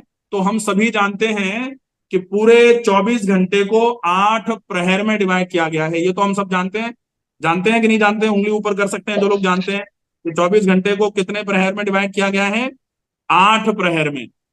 8 प्रहर मतलब 4 दिन के और 4 रात्रि के। ठीक है, तो रात्रि के जो 4 प्रहर हैं उनमें से अंतिम प्रहर जो होता है जिसको ऊषा प्रहर बोला जाता है, उस प्रहर का सबसे लास्ट वाला मुहूर्त जो है उस मुहूर्त को बोला जाता है ब्रह्म मुहूर्त। हम सब जानते हैं ब्रह्म का मतलब सूर्य होता है, तो सूर्य मतलब सूर्योदय के समीप वाला मुहूर्त जो है उसको बोला गया ब्रह्म मुहूर्त। और ब्रह्म मुहूर्त में अगर आप केवल जागना चालू कर देते हो तो कई सारे रोगों का निराकरण होना चालू हो जाएगा। ठीक है, तो क्लियर है ब्रह्म मुहूर्त में जागना, पहला। अब दूसरा, जैसे ही आप जागेंगे, जागते ही ऊषापानम, ऊषापान सब लोग समझते होंगे शायद, थोड़ा बहुत भी अगर स्वास्थ्य के प्रति जागरूक हैं या आयुर्वेद थोड़ा बहुत भी फॉलो करते हैं तो ऊषापान का नाम सुन रखा होगा। ऊषापान का मतलब होता है सवेरे सवेरे पानी पीना, इतना तो हम सब समझते हैं। लेकिन उसको ऊषापान क्यों बोला जाता है ये हम आज समझें। ऊषा मैंने अभी अभी बोला था, ऊषा प्रहर, रात्रि का सबसे अंतिम प्रहर जो सवेरे के पहले वाला है उसको ऊषा बोला जाता है। उस प्रहर में जग कर के पानी पीना, तो ऊषा पान, ऊषा प्रहर में पानी पीना, इसलिए इसको बोलते हैं ऊषा पान। ठीक है, और ऊषा पान बाय डॉक्टर रमाकांत शर्मा, पूरा वीडियो है लंबा जिसमें आप ये समझ सकते हो कि ऊषा पान क्या होता है, पानी कैसे पीना है, कितना पीना है, क्यों पानी सवेरे सवेरे पीना है। कई लोग तो कहते हैं कि सवेरे पानी पिए भी कि ज्यादा मात्रा में पानी नहीं पिया जाए। कुछ लोग तो और ज्ञानी हैं, वो कहते हैं आयुर्वेद में ऊषा पान का कहीं कोई उल्लेख ही नहीं है। तो ये सब चीजें थोड़ा सा हटा करके ऊषा पान का फॉलो अप करना चालू करेंगे तो डेफिनेटली आपको बहुत अच्छा आराम मिलना चालू हो जाएगा। क्यों करना है, कितना पानी पीना है, गर्म क्यों नहीं पीना है, तावे का क्यों नहीं पीना है, सब कुछ उसमें बताया हुआ है। तो ऊषा पान बाय डॉक्टर रमाकांत शर्मा अच्छे तरीके से फॉलो करिए, समझ लीजिए उस वीडियो को देखकर। ठीक है, अब आता है कि ऊषा पान के बाद फिर बारी आई मल विसर्जनम। तो एक चीज कही जाती है, एक चीज और कही जाती है कि सवेरे जग के पहले पानी पिया जाए या फिर पहले मंजन किया जाए, ये सामान्य एक प्रश्न होता है। तो क्लियरली बोला गया है कि आप सवेरे जगें, ब्रह्म मुहूर्ते उत्तिष्ठे ऊषा पानम, उठते ही पानी पिए, मंजन नहीं करना है पहले। लेकिन अगर कोई चाहे कि मुंह सवेरे गंदा रहता है, नहीं पी सकते हैं पानी, तो रात को मंजन करके सो सकते हैं। रात को मंजन करके सोइए, सवेरे सवेरे जल्दी से जगते ही पानी पी लीजिए, ये सबसे ज्यादा आवश्यक है। ठीक है, तो क्लियर हो गया कि ब्रह्म मुहूर्ते उत्तिष्ठे ऊषापानम। अब मल विसर्जनम, आजकल क्या हो रहा है, एक बड़ी समस्या है, मेरे पास रेगुलर कई सारे पेशेंट्स आते हैं कि पेट साफ नहीं होता सवेरे एक बार में, 2 बार जाना पड़ता है या 3 बार जाना पड़ता है या बहुत जोर लगाना पड़ता है और उसके बाद ही सिर माथा भारी हो जाता है सवेरे से ही। अगर ऐसा हो रहा है उसका एक कारण है सवेरे सवेरे मल पास करते समय जोर लगाना, नहीं लगाना चाहिए कतई। अगर आप जोर लगाते रहेंगे डेफिनेटली कुछ ना कुछ प्रॉब्लम में रहेंगे। तो ऊषापान करके आप 10 मिनट रुक के फिर मोशन जाइए। आज से 20 साल 30 साल पहले गांव की जो स्थितियां थी, लोग जगते थे, 1 लोटा पानी पिया और 1 लोटा लेकर के चले, 10 मिनट लगभग लगभग आधा किलोमीटर 1 किलोमीटर गांव से बाहर जाकर के मोशन के लिए जाना पड़ता था। और उतना वहां पहुंचते पहुंचते मोशन का इतना तीव्र सेंसेशन आ जाता था कि बैठे और पेट साफ हो गया। और बैठे और 1 मिनट के बाद वापस आ गए। लेकिन आजकल क्या हो रहा है कि यहां लेटे हैं और लेट करके आंखें खुली और चले गए सीधे, 5 कदम के बाद वेस्टर्न कमोड पे जाके बैठ गए, क्योंकि अटैच लेट बात का जमाना है। तो वो एक बड़ा कारण बन रहा है आपके पेट के साफ नहीं होने का। अगर कोई कुछ पूछना चाह रहा है, किसी का हाथ आया हुआ है, कुछ अगर पूछना हो तो बीच में पूछ सकते हैं, कोई दिक्कत नहीं है। सर मास्टर नमस्कार बाद सर। में, शर्मा जी बाद में पहले क्वेश्चन ये ले ले और बाद ठीक है में ठीक है आपको टाइम मिलेगा, आप बाद में सवाल ठीक पूछ ठीक लीजिए है प्लीज। ठीक है मैम, ठीक है। Okay okay, okay thank you. Okay. ठीक है, नमस्कार, तो ठीक। मैं क्या बता रहा था, मैं भूल गया। आप उषा पान क्या के बता आगे रहा चले था? थे सर, उषा क्या? पान से आगे चले थे सर, लोटा लेके बाहर जाते हाँ, क्वेश्चन ऊसापान। तुरंत। यस। ऊसापान के बाद मल विसर्जन में जोर नहीं लगाना चाहिए। और बहुत क्लियर बात तो ऐसी है कि एनोरेक्टल एंगल जो आप वेस्टर्न कमोड पर जा रहे हैं, मजबूरी जिसकी है वो तो ठीक है। घुटने में दर्द है, कमर में दर्द है, तो हम लोग ही प्रिस्क्राइब करते हैं कि जमीन पर नहीं बैठना है। जमीन पर बैठेंगे तो वो जो आपका लंबोसेक्रल एंगल बनता है वो गड़बड़ हो जाता है, तो कमर में दर्द आ जाएगा। या hyper flexion of knee joint है, वो प्रॉब्लम हो जाएगी। तो जिनको जमीन पर बैठने के लिए मना किया गया है वो तो ठीक है, लेकिन आजकल ट्रेंडिंग टॉपिक हो गया है कि वेस्टर्न कमोड ही घर में लगाए जा रहे हैं। आप अगर कहीं फ्लैट वगैरह बुक करते हैं तो उसमें तो इंडियन कमोड मिलता ही नहीं है आपको। अगर आपको स्पेशली कहना पड़ेगा कि इंडियन कमोड चाहिए तो वो लगा के देंगे, नहीं तो गड़बड़ है। तो ये इंडियन कमोड में एनोरेक्टल एंगल, जो पेट जिससे बहुत अच्छे तरीके से साफ हो जाता था, वेस्टर्न कमोड में वो एनोरेक्टल एंगल ही नहीं बन पा रहा। तो कॉन्स्टिपेशन का कारण तो ये हो जाता है। और कॉन्स्टिपेशन के लिए तो आंग्ल भाषा, अंग्रेजी में भी क्लियरली कहा गया है, constipation is mother of all diseases. हमारे यहाँ हिंदी में पहले से कहा जाता रहा है, कब्ज सब रोगों की जननी है। तो कॉन्स्टिपेशन अगर हो गया तो रोग हो ही जाएंगे। और कॉन्स्टिपेशन होने का एक कारण होता है एनोरेक्टल एंगल का बिगड़ना, और उसके बिगड़ने में सहायक होता है आपका ये वेस्टर्न कमोड। तो जितने लोग इंडियन कमोड पर अभी बैठने के लायक हैं, जिनके घुटनों में कमर में दर्द नहीं है, वो लोग इंडियन कमोड का ही अगर यूज करें तो बहुत ही अच्छा रहेगा। और अगर नहीं कर पा रहे हैं, बाई चांस घर में नहीं है, तोड़ फोड़ नहीं करा सकते हैं, तो एक बहुत अच्छा ऑप्शन होता है। आपने कहीं कहीं देखा भी होगा, छोटे बच्चे को अगर वेस्टर्न कमोड पर बिठाना होता है तो एक पाटा आता है, उसको वेस्टर्न कमोड के नीचे लगभग लगभग 6 इंच 9 इंच का पाटा, उसको आप सामने की तरफ से पीछे की तरफ खिसका लीजिए और वेस्टर्न कमोड पर बैठ जाइए और उस पाटे पर पैर रख लीजिए। ये वो चीजें हैं जो जनरली आपको नहीं समझ में आएंगी, लेकिन अगर आप इनको करना चालू करोगे तो आपको फायदा होना चालू हो जाएगा। एनोरेक्टल एंगल को अगर आपको ठीक करना है तो वो पाटा लगाना आपकी मजबूरी हो जाएगी। आप लगाइए, पेट साफ होना चालू हो जाएगा। एक बहुत अच्छा काम है। ठीक है, अब हम आगे बढ़ते हैं। फिर आता है दंत धावनम। जब आप मोशन होके आ जाएं, मोशन होने के पहले, अब चूंकि बिल्कुल बगल में ही वेस्टर्न कमोड लगा हुआ है, अटैच लेट बात है, तो आपको क्या करना पड़ेगा, आप जल्दी पानी पी लो। पानी पीने के बाद थोड़ी देर आप वॉक कर लो, क्योंकि अब आप ऐसा तो है नहीं अपने घर से किसी दूसरे के घर में जा रहे हैं मोशन के लिए, अपने घर में ही जाना है। तो अपने घर में कॉरिडोर में चल लीजिए थोड़ी देर। चलने के बाद लगभग 5 से 7 मिनट 10 मिनट निकालने के बाद फिर आप मोशन के लिए जाइए, तो उससे पेट साफ अच्छे तरीके से होना चालू हो जाएगा। अच्छे से पेट साफ हो जाए उसके बाद दंत धावनम। दंत धावनम मतलब मंजन करना। मंजन करने में भी गड़बड़ियां हैं, इस वजह से दांत पूरे खराब होते जा रहे हैं। गड़बड़ी क्या है मंजन करने में? सबसे बड़ी गड़बड़ी है कि हम ऐसे ब्रश लेते हैं, ऐसे पेस्ट लगाते हैं उस पे, और पूरी ताकत से पूरे दांतों और मसूड़ों पर अपने पूरे हाथ का जोर अपना देते हैं। महीने 2 महीने में ही ब्रसल्स जो है ना, ब्रश के वो दांत पा देते हैं, ऊपर के ऊपर, नीचे के नीचे, आगे के आगे और पीछे के पीछे, ऐसे करके ब्रश पूरा फैल जाता है।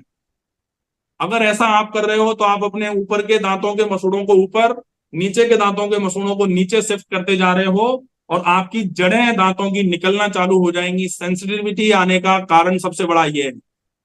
तो brushing technique by doctor Ramakant Sharma, पूरा वीडियो है, आप किस तरीके से ब्रशिंग करें, ब्रशिंग टेक्निक है। पहले के समय में नीम के दातुन करते थे लोग, तो ऐसे रगड़ना जो होता था ना कि दांत के मसूड़े ही बिल्कुल छील दिए, वो गड़बड़ है। तो आपको ऐसा नहीं करना चाहिए। ब्रशिंग टेक्निक का प्रॉपर यूज करिए। ऊपर के दांतों पर ऊपर से नीचे की तरफ, नीचे के दांतों पर नीचे से ऊपर की तरफ मंजन करेंगे, तो जो जड़ से दांत की तरफ आप ब्रश को चला रहे हो, तो जड़ जो है, वो मसूड़ा जो है उसकी जो जड़ है वो निकलेगी नहीं, दांत की जड़ खुदेगी नहीं। खुदेगी नहीं तो सेंसिटिविटी नहीं आएगी। तो ब्रशिंग टेक्निक का प्रॉपर तरीके से यूज करके आप ब्रशिंग करिए। अब बारी आती है ब्रशिंग करने के बाद, आप एक आयुर्वेद का बहुत अच्छा तरीका है, एक बहुत अच्छा नियम है। उसको आयुर्वेद में तो कवलह बोला जाता था, कवलह या गंडूस बोला जाता था।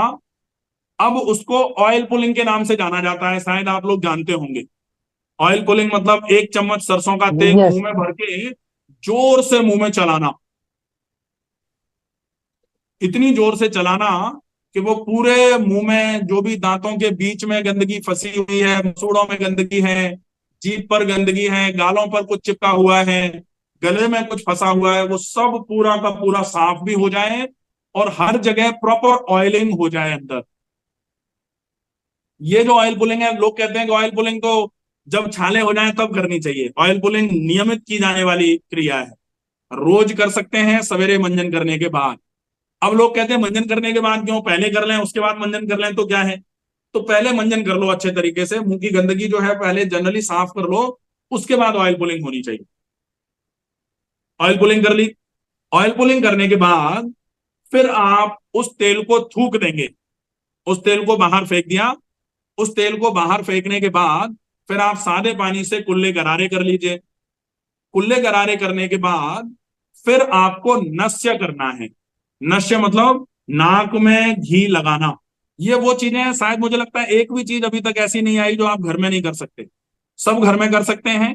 और इन चीजों को घर में अगर आप करना चालू करेंगे तो आप देखेंगे कि 15 से 20 दिन के बाद आपके हेल्थ में कितना अच्छा प्रमोशन मिलेगा।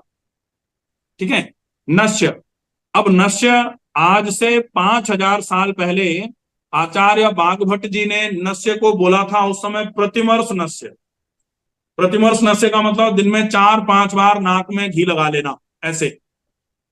नस्य की परिभाषा जो है उसमें उन्होंने क्लियरली बोला था, ऊर्ध्व जत्रु विकारेशु, यहाँ ये जो हड्डी है ना जिसको क्लेविकल बोला जाता है, इस क्लेविकल के ऊपर के जितने भी ऑर्गन हैं और उन ऑर्गन से रिलेटेड जितनी भी बीमारियां आ रही हैं, सारी बीमारियों के लिए ये नस्य सबसे बढ़िया उपचार माना जाता है। तो अगर आप नस्य सही तरीके से कर पाए तो नस्य आपके नाक को लुब्रिकेट रखेगा। आजकल एक बहुत बड़ी समस्या चल रही है, समस्या का नाम है ऑब्स्ट्रक्टिव स्लीप एपनिया। इस समस्या में सबसे पहले पहले तो आपको खर्राटे आना चालू होते हैं। खर्राटे आते हैं किसी को थोड़े, किसी को ज्यादा, और खर्राटे आते आते आपकी नींद की क्वालिटी खराब होना चालू हो जाती है। फिर आप रात को कम से कम 4-5 बार जागते हैं क्योंकि आपका गला सूख जाता है और अपने को लगता है नहीं हमको प्यास लग रही है, वो प्यास नहीं लग रही होती, वो आपकी नाक बंद हो जाती है घबराहट बेचैनी की वजह से। फिर आप एकदम से जागते हैं, फिर आपको लगता है कि गले में कुछ चींटियां सी काट रही हैं, गला सूख रहा है, लाओ पानी पी लेते हैं। तो वो क्यों हो रहा है, क्योंकि नाक बंद होती है, मुंह से सांस भर रहे हैं आप। अगर मुंह से सांस भरेंगे तो गड़बड़ी हो जाएगी। क्या गड़बड़ी होगी, जाका काम उसी को साजे, दूजा करे तो डंका बाजे, हमने शुरू से सुन रखा होगा। तो नाक का काम अगर नाक करेगी तो ही ठीक करेगी, नाक का काम अगर आप मुंह से लेंगे तो ठीक से नहीं होगा और गड़बड़ी होगी। तो नाक का काम नाक सही तरीके से करती रहे, इसके लिए बहुत आवश्यक है कि आप नश्य करिए। नश्य मतलब नाक में गाय का घी गुनगुना करके। अब आप लोग ये कह सकते हैं कि गाय का घी कैसा हो, तो देसी गाय का होना चाहिए, ये बहुत जरूरी है। अब कहते हैं कि देसी गाय का घी मिले ही नहीं तो क्या करें। अगर देसी गाय का घी नहीं मिल रहा है तो फिर आप बादाम रोगन तेल का यूज कर सकते हैं। लगभग 50-60% आराम मिलेगा, पूरा तो नहीं मिलेगा, ये बिल्कुल कंफर्म है। फिर लोग कहते हैं कि नहीं हम तो वो सटबिंदु तेल या फिर अणु तेल डाल लें तो क्या।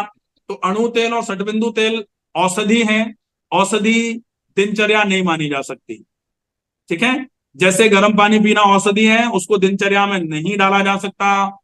सवेरे सवेरे उठ करके जो लोग गर्म पानी पी रहे हैं अपने शरीर का नाश कर रहे हैं। बहुत गलत बात है, कतई नहीं हो सकता, वो औषधि है।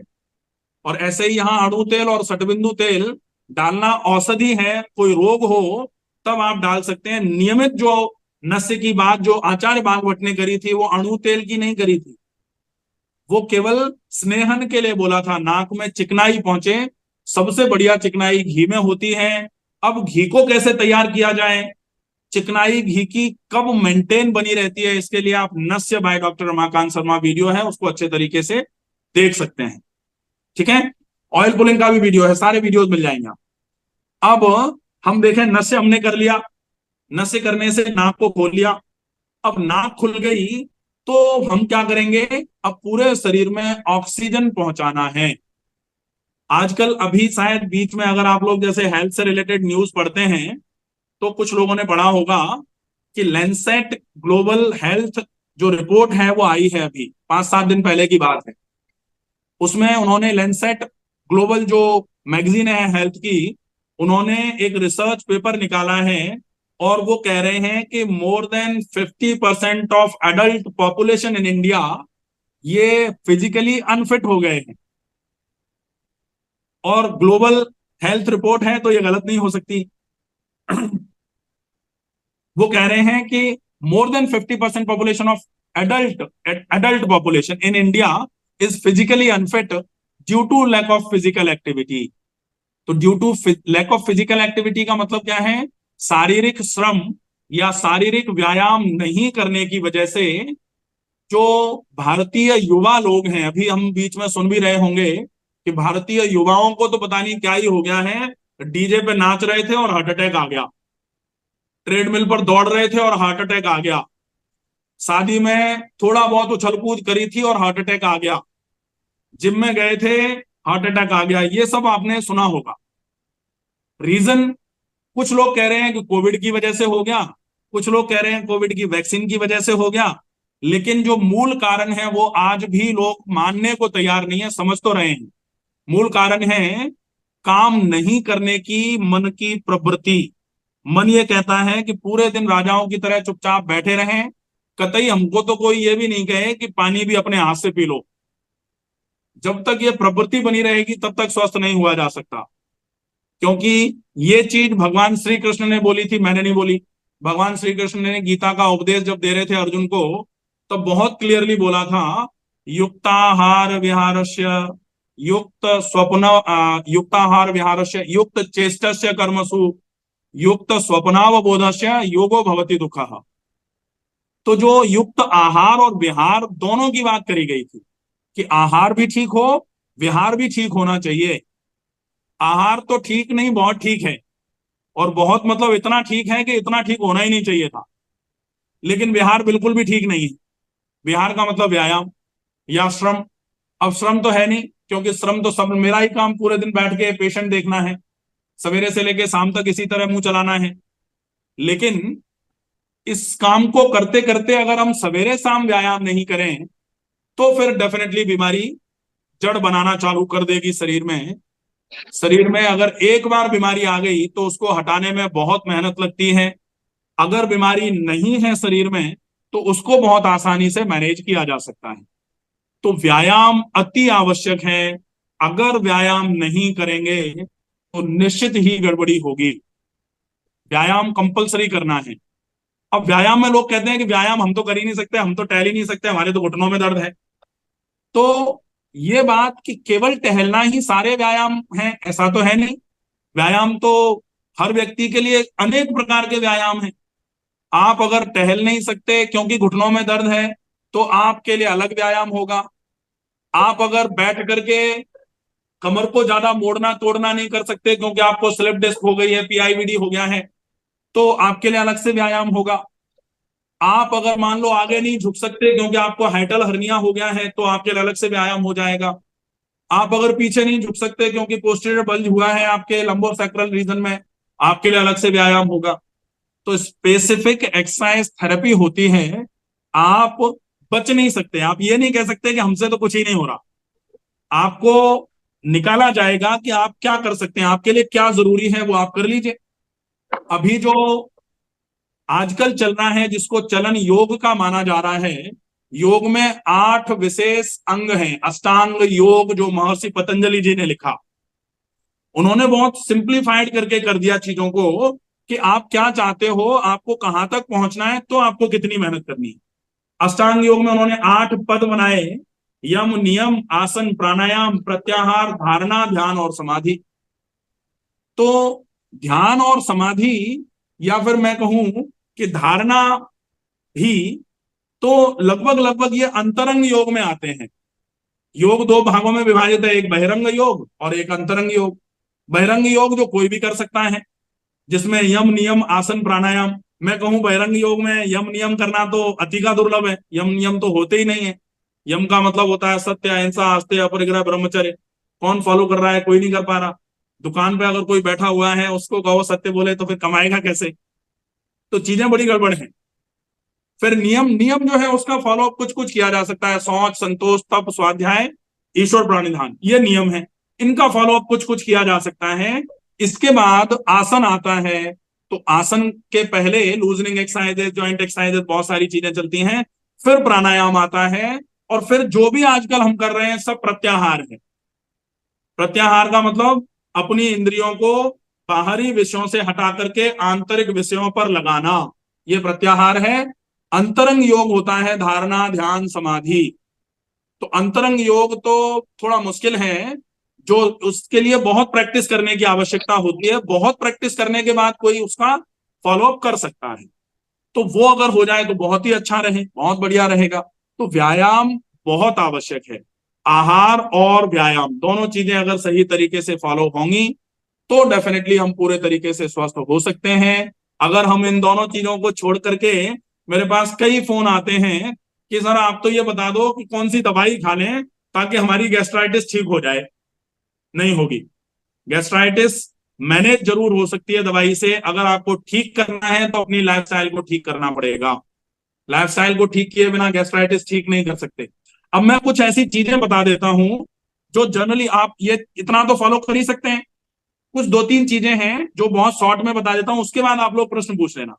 पहला पहला नियम ये बिल्कुल रख लीजिए ध्यान में, खाने को पिए और पानी को खाएं। ये नियम आप अपने डाइनिंग टेबल के सामने बिल्कुल बड़े बड़े अक्षरों में लिख करके चिपका लीजिए कि जब भी खाने को खाएंगे, आप खाने को पिएंगे और पानी को खाएंगे। खाने को पिए और पानी को खाएं का मतलब ये होता है कि जो आप सॉलिड मुंह में डालोगे उसको इतना चबाओ, इतना चबाओ कि बिल्कुल पानी हो जाए मुंह में ही। अगर आपको डाइजेस्टिव ट्रबल से बचना है तो इससे बेहतरीन उपाय आपके लिए दूसरा और पूरी दुनिया में कोई नहीं। ठीक है, तो खाने को पिए, पानी को खाएं, मतलब पानी को हम ऐसे, जैसे ये बॉटल है और ऐसे करके पूरा मुंह ऐसे उघाड़ दिया और पानी ऐसे करके उड़ेल दिया, एक तो वो तरीका होता है। और जिस तरीके से आजकल लोग पानी पी रहे हैं, एक तरीका होता है कि इंडियन कल्चर जो पानी पीने का था वो ऐसे था। अगर आपको किसी को याद हो, थोड़ा बहुत भी कोई पीछे जाके देखेगा तो पहले पानी ऐसे पीते थे, उसके बाद पानी ऐसे पीने लग गए, उसके बाद लोटे से पीने लग गए, फिर ग्लास से पीने लग गए, और आजकल फिर ग्लास में भी तहजीब आ गई कि नहीं ग्लास जूठा हो जाएगा, ऊपर से डाल लेते हैं। तो ग्लास तो वैसे भी आपके हाथ में आ गया है तो अगला धोएगा ही, तो आप उसको मुंह पे लगा के ही पी लो, ज्यादा अच्छा है। ठीक है, फिर पानी को खाएं का मतलब ये होता है कि चाय की तरह बिल्कुल सिप कर करके पानी को पिया जाए। ये विशेष नियम है, इसको लिख कर रख लीजिए। दूसरा एक विशेष और नियम है, वो है शाम का खाना आप कैसे भी करके 7 बजे के पहले पहले खा लीजिए। 7 बजे के पहले पहले शाम का खाना खा के 3 से 3.5 घंटे का गैप बना लीजिए आप खाने और सोने में। ये आपके शरीर को हील कराने में बहुत अच्छे तरीके से मदद करेगा।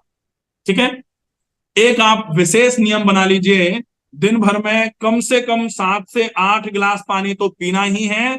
ऊषा पान अलग है, ऊषा पान का पानी इसमें काउंट नहीं होगा।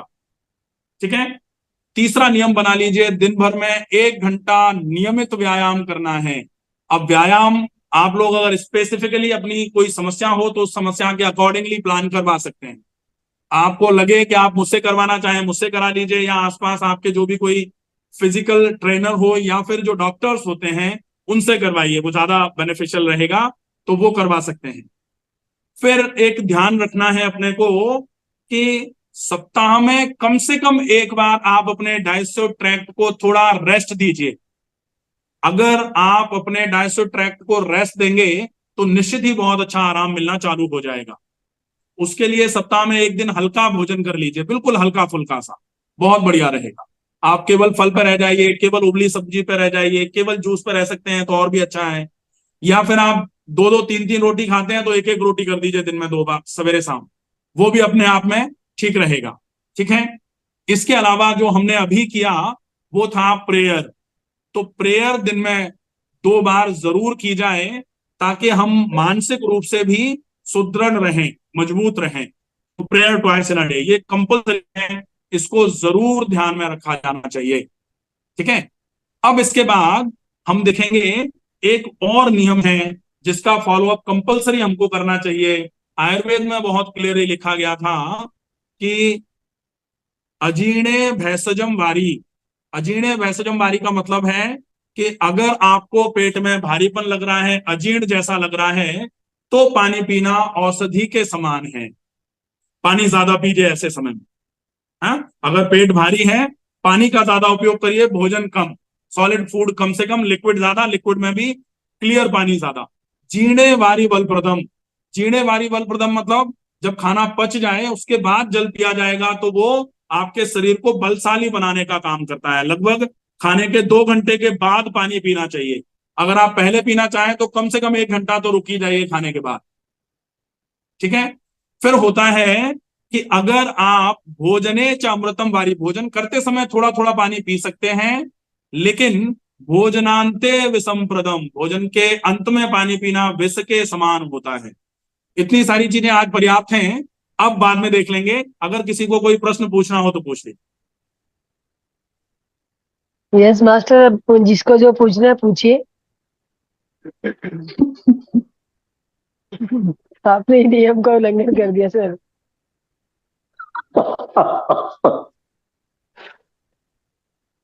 आप तो आंखें खोल दी डॉक्टर साहब ने। या?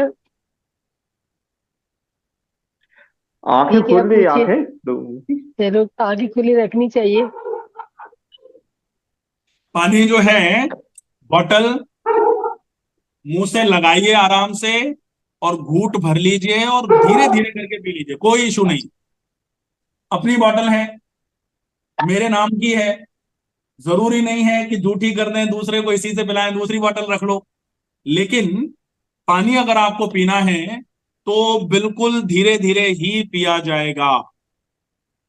ठीक है। पानी को कभी भी जल्दी में, जैसे ऐसे होता है ना ये वाला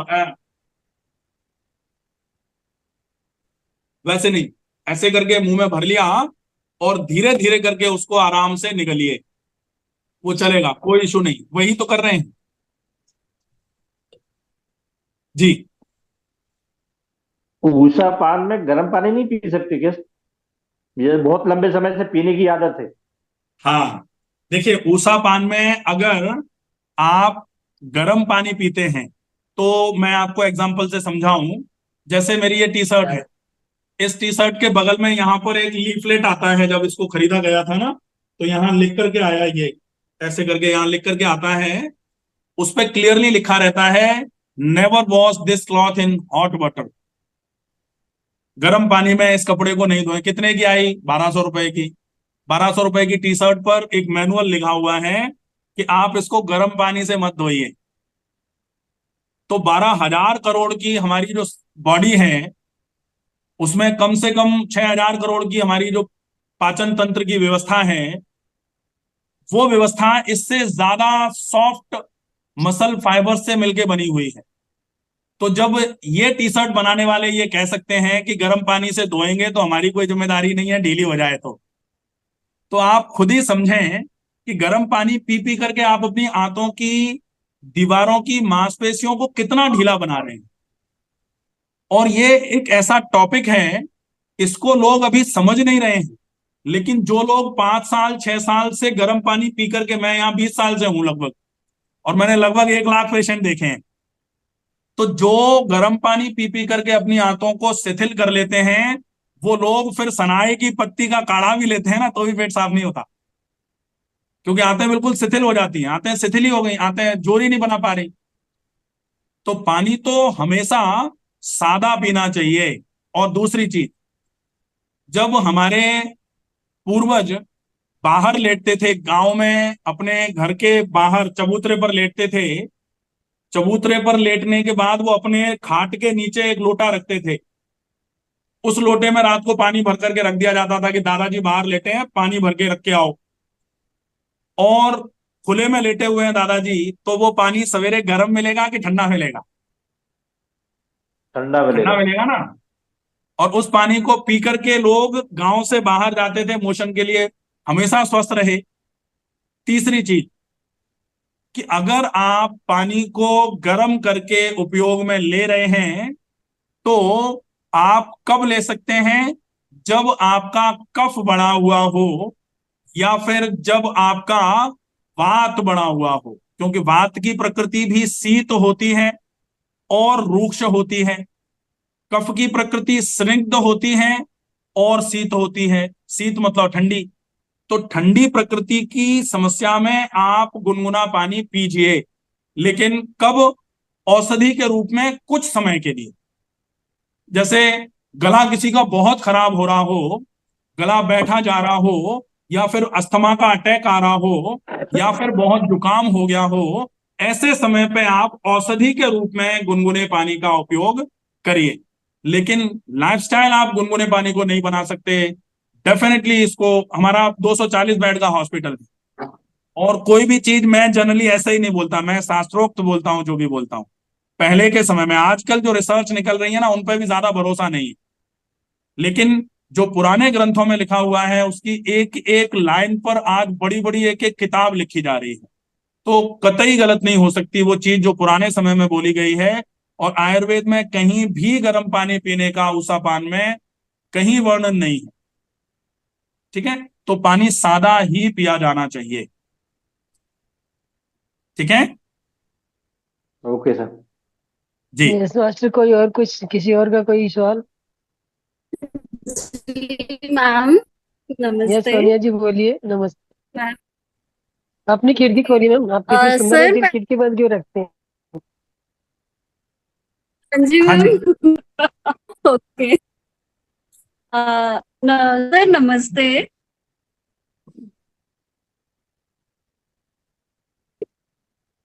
आवाज आ नहीं रही मुझे। नमस्ते सोनिया बोलिए। सर यहाँ पे हाँ, थोड़ा सर नमस्कार। नेटवर्क। आवाज सर मैं पूछना चाहती हूँ, ज्यादा जो है साउंड सर वो ना डायग्नोस्टिक मेरा ज्यादा चलता है। जी।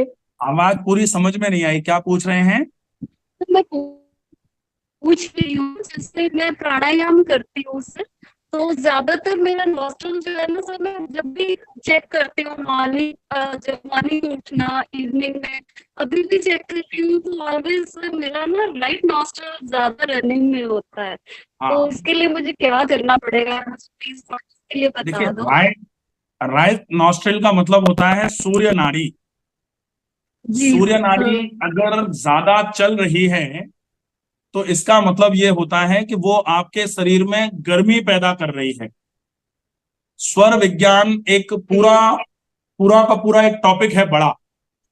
उसमें केवल नाक में, नॉस्ट्रिल में कॉटन लगा करके कई सारी बीमारियों का निदान किया जाता है। लेकिन अगर आपकी राइट नॉस्ट्रिल ज्यादा चलने की वजह से आपका सिर भारी होता है, या राइट नॉस्ट्रिल ज्यादा चलने, क्योंकि सूर्य नाड़ी चल रही है, तो सूर्य की गति, सूर्य की भावनाएं, सूर्य की तासीर आपके अंदर आएगी। तो सूर्य की तासीर क्या होती है? ओज की और तेज की। तो ओज और तेज आए तब तक तो ठीक है, लेकिन सूर्य का ताप अगर आपके शरीर में आना चालू हो जाएगा तो वो नुकसानदायक होगा। अगर ताप आने लग गया है, तो फिर आपको कैसे भी करके सूर्य नाड़ी पर थोड़ा सा कॉटन का एक, ऐसे करके कॉटन को पूरा फैला फुला करके नाक में कॉटन लगा दीजिए, राइट वाले नॉस्ट्रिल में। तो जैसे ही आप इसके फ्लो को थोड़ा ऑब्स्ट्रक्ट करेंगे, तो ये वाला भी धीरे धीरे धीरे धीरे करके ओपन अप होना चालू हो जाता है। बाकी आप इसके लिए नाड़ी शुद्धि प्राणायाम जो होता है, नाड़ी शोधन, अनुलोम विलोम, इसका अभ्यास कर सकते हैं। ये काफी इफेक्टिव रहेगा। ठीक है।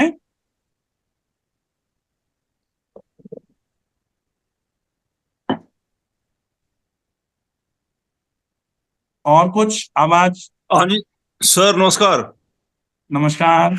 सर मेरा ये था कि ये प्रोस्टेट इन्लार्जमेंट के लिए क्या है जी? कोई पीएस से बड़ा हुआ है मेरा, 4 से ज्यादा है, और कोई 5-6 सालों से प्रॉब्लम है, ये क्या करें उसके अच्छा, लिए? पीएसए भी ज्यादा आ मैंने रहा है क्या? अब 4 से ज्यादा आ रहा है, 4.5 है। तो उसमें ऐसा था कि सर्जरी के लिए डॉक्टर ने बोला, बट मैं सर्जरी के लिए गो फार नहीं किया, क्योंकि सर्जरी के बाद दोबारा फिर हो जाता है। तो मैंने आयुर्वेदिक की, कुछ एलोपैथिक ये होम्योपैथी दवाइयां ली, और बट उसमें फिर 30% रह रहा है पीछे, मैं 45, समझ क्या गया, करें? समझ गया। देखिए, हाँ जी। अगर प्रोस्टेट केवल नॉर्मली बढ़ा हुआ है तब तक तो कोई दिक्कत नहीं है, लेकिन अगर प्रोस्टेट का साइज बढ़ने के साथ साथ पीएसए ज्यादा आ रहा है तो आपको बहुत ज्यादा या तो ध्यान में रखने की आवश्यकता है चीजों को, और या फिर सर्जरी करा लीजिए। क्योंकि पीएसए का मतलब प्रोस्टेट स्पेसिफिक एंटीजन, मतलब ये आपको उधर की तरफ इशारा करता है कि आगे पीछे चलकर कहीं प्रोस्टेट कैंसर ना हो जाए। जी ठीक जी है, जी।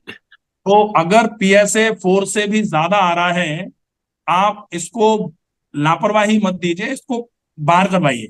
क्योंकि नेचुरोपैथी है, हम तो हमेशा ही ये सर्जरी वर्जरी के अगेंस्ट रहते हैं, जी लेकिन जी हम सर्जरी के जितने अगेंस्ट हैं उतना ही ज्यादा पेशेंट को बचाने के फेवर में रहते हैं। तो पेशेंट को जी अगर जी। सर्जरी से लाभ मिले तो तुरंत ही ऑप्ट कर लेना चाहिए। नहीं बट प्रोस्टेट सर, की इसमें सर्जरी है, आप एक बार इस जैसे इसको निकलवा दोगे तो ये पीएसए की वजह से जो एकदम से कहीं चांसेस उधर की तरफ तो ना चले जाएं, वो एक तो खत्म हो जाएगा। दूसरा ये हाँ है कि जी। अगर प्रोस्टेटोमेगेली है, वैसे ही नॉन पीएसए अगर है, पीएसए आपका ज्यादा नहीं आ रहा और प्रोस्टेट एनलार्जमेंट है, तो कोई प्रॉब्लम नहीं है, फिर हम प्रोस्टेट का कंप्लीट ट्रीटमेंट करते हैं। अगर प्रोस्टेट 45 ग्राम भी हो गया हो तो भी हमने नॉर्मल किया है। लेकिन पीएसए अगर ज्यादा है तो रिस्क नहीं लेना चाहिए। अगर आप चाहें तो पीएसए ज्यादा के साथ में पीएसए को नॉर्मल करना प्लस प्रोस्टेट के साइज को कम करना प्लान किया जा सकता है, लेकिन थोड़ा रिस्क लेके चलते हैं इसमें। तो रिस्क ना लिया जाए, ज्यादा अच्छा है मेरे हिसाब से। सर ऐसा है ना, तो 4.5 है, बॉर्डर पे है। 4 तो वैसे एडमिसिबल है, 4 तक नहीं, पीएसए चलता है। 4 एडमिसिबल है, लेकिन अगर वो बॉर्डर लाइन को क्रॉस कर रहा है, इसका मतलब ये है कि वो अपना मन पीएसए हायर साइड में होने का बना चुका है। तो अगर अच्छा जी। बना चुका है तो दो ऑप्शन रहेंगे। या तो आप अगर ये मान लो कि आप स्ट्रिक्ट फॉलोअप कर लोगे, पीएसए को ही नॉर्मल कर लेना है हमको, तो अगर हाँ स्ट्रिक्ट जी। फॉलोअप कर लेंगे डेफिनेटली आराम मिल जाएगा। कैसे मिलेगा? उसमें आपको फिर प्रोस्टेट को कम करने के साथ साथ जो प्रोस्टेट पर पीएसए बढ़ाने के फैक्टर्स हैं, फिर आपको रॉ जी डाइट पर आना पड़ेगा। फिर आपको ब्रीदिंग एक्सरसाइजेस बहुत हैवीली करनी पड़ेंगी, ज्यादा समय के लिए करनी पड़ेंगी। क्योंकि हाँ आयुर्वेद जी। में अभी अभी मैंने बताया था ना कि शरीर किससे मिलकर बना, रसो रक्त ततो मांस। प्रोस्टेट क्या है? जी मांस है। मांस है जी तो किससे बना? पहले रस बना। कहा जाता ना कि जैसा खाए अन्न वैसा हो मन। जी तो जी जैसा जी। खाए अन्न वैसा मन नहीं होता, जैसा खाए अन्न वैसा होता है खून। फिर खून से हाँ जी। बनता है मांस, तो जैसा खाएं अन्न वैसा बनेगा मांस। तो मांस में जी अगर कहीं गड़बड़ी आ रही है, प्रोस्टेट में कहीं गड़बड़ी आ रही है, तो आपके अपने डाइट के और वो जो डाइट आपने ली है उसको पूरे शरीर में सर्कुलेट कराने के लिए फॉलोअप करना पड़ेगा। अगर स्ट्रिक्ट फॉलोअप कर सकते हैं तो ठीक है, लेकिन अगर कहीं आप लीनियंसी बरतने के मूड में हैं तो आप पहली फुर्सत में प्रोस्टेट का ऑपरेशन करा देना। क्योंकि लापरवाही नहीं की जा सकती, लापरवाही में नुकसान होगा। नहीं बट सर ये ऑपरेशन करने के बाद कहते हैं दोबारा फिर हो जाता है ये? नहीं नहीं नहीं नहीं, ऑपरेशन करने, जब प्रोस्टेट पीएसए की वजह से अपन ऑपरेशन कर रहे हैं तो प्रोस्टेट का वो बढ़ा हुआ मांस थोड़ी निकालेंगे, पूरे प्रोस्टेट को निकाल के बाहर करेंगे, खत्म हो गया, फिर क्या अच्छा। बढ़ेगा? जब हाँ जी। प्रोस्टेट का मतलब क्या है? ये यूरेथ्रा, ये प्रोस्टेट ऐसे करके है। अब आप जब हाँ इसको जी। निकाल के बाहर ही फेंक दोगे तो बढ़ेगा क्या? Naturally naturally. हाँ। हाँ, यूट्यूब में देखा, वो कहते हैं बढ़ जाता है, ये होता है, वो होता है नहीं, वैसे। यूट्यूब तो देखिए ऐसा है कि ऑथेंटिक इंफॉर्मेशन जहां हो ना, प्लीज वही देखा करें। हाँ जी हाँ जी प्रोस्टेट हाँ जी। Enlargement by doctor Ramakant Sharma, मैंने वीडियो बनाया हुआ है प्रोस्टेट का, आप उसको देख हाँ जी। लेना एक। तो उसमें जी आपको जी। कंफर्म समझ में आ जाएगा प्रोस्टेट क्या है, बढ़ने के कारण क्या है, क्या क्या नुकसान होते हैं, पीएसए बढ़ जाता है तो क्या है, मैनेजमेंट कैसे हो सकता है। मैंने उसमें क्लियरली बोला हुआ है कि अगर आप फॉलोअप करने के मूड में नहीं है तो प्लीज सर्जरी करा दें। क्योंकि मैं चाहता जी हूं जी। कि पेशेंट ठीक रहे, सर्जरी करा के रहे या बिना करा के रहे, उससे कोई फर्क नहीं पड़ता।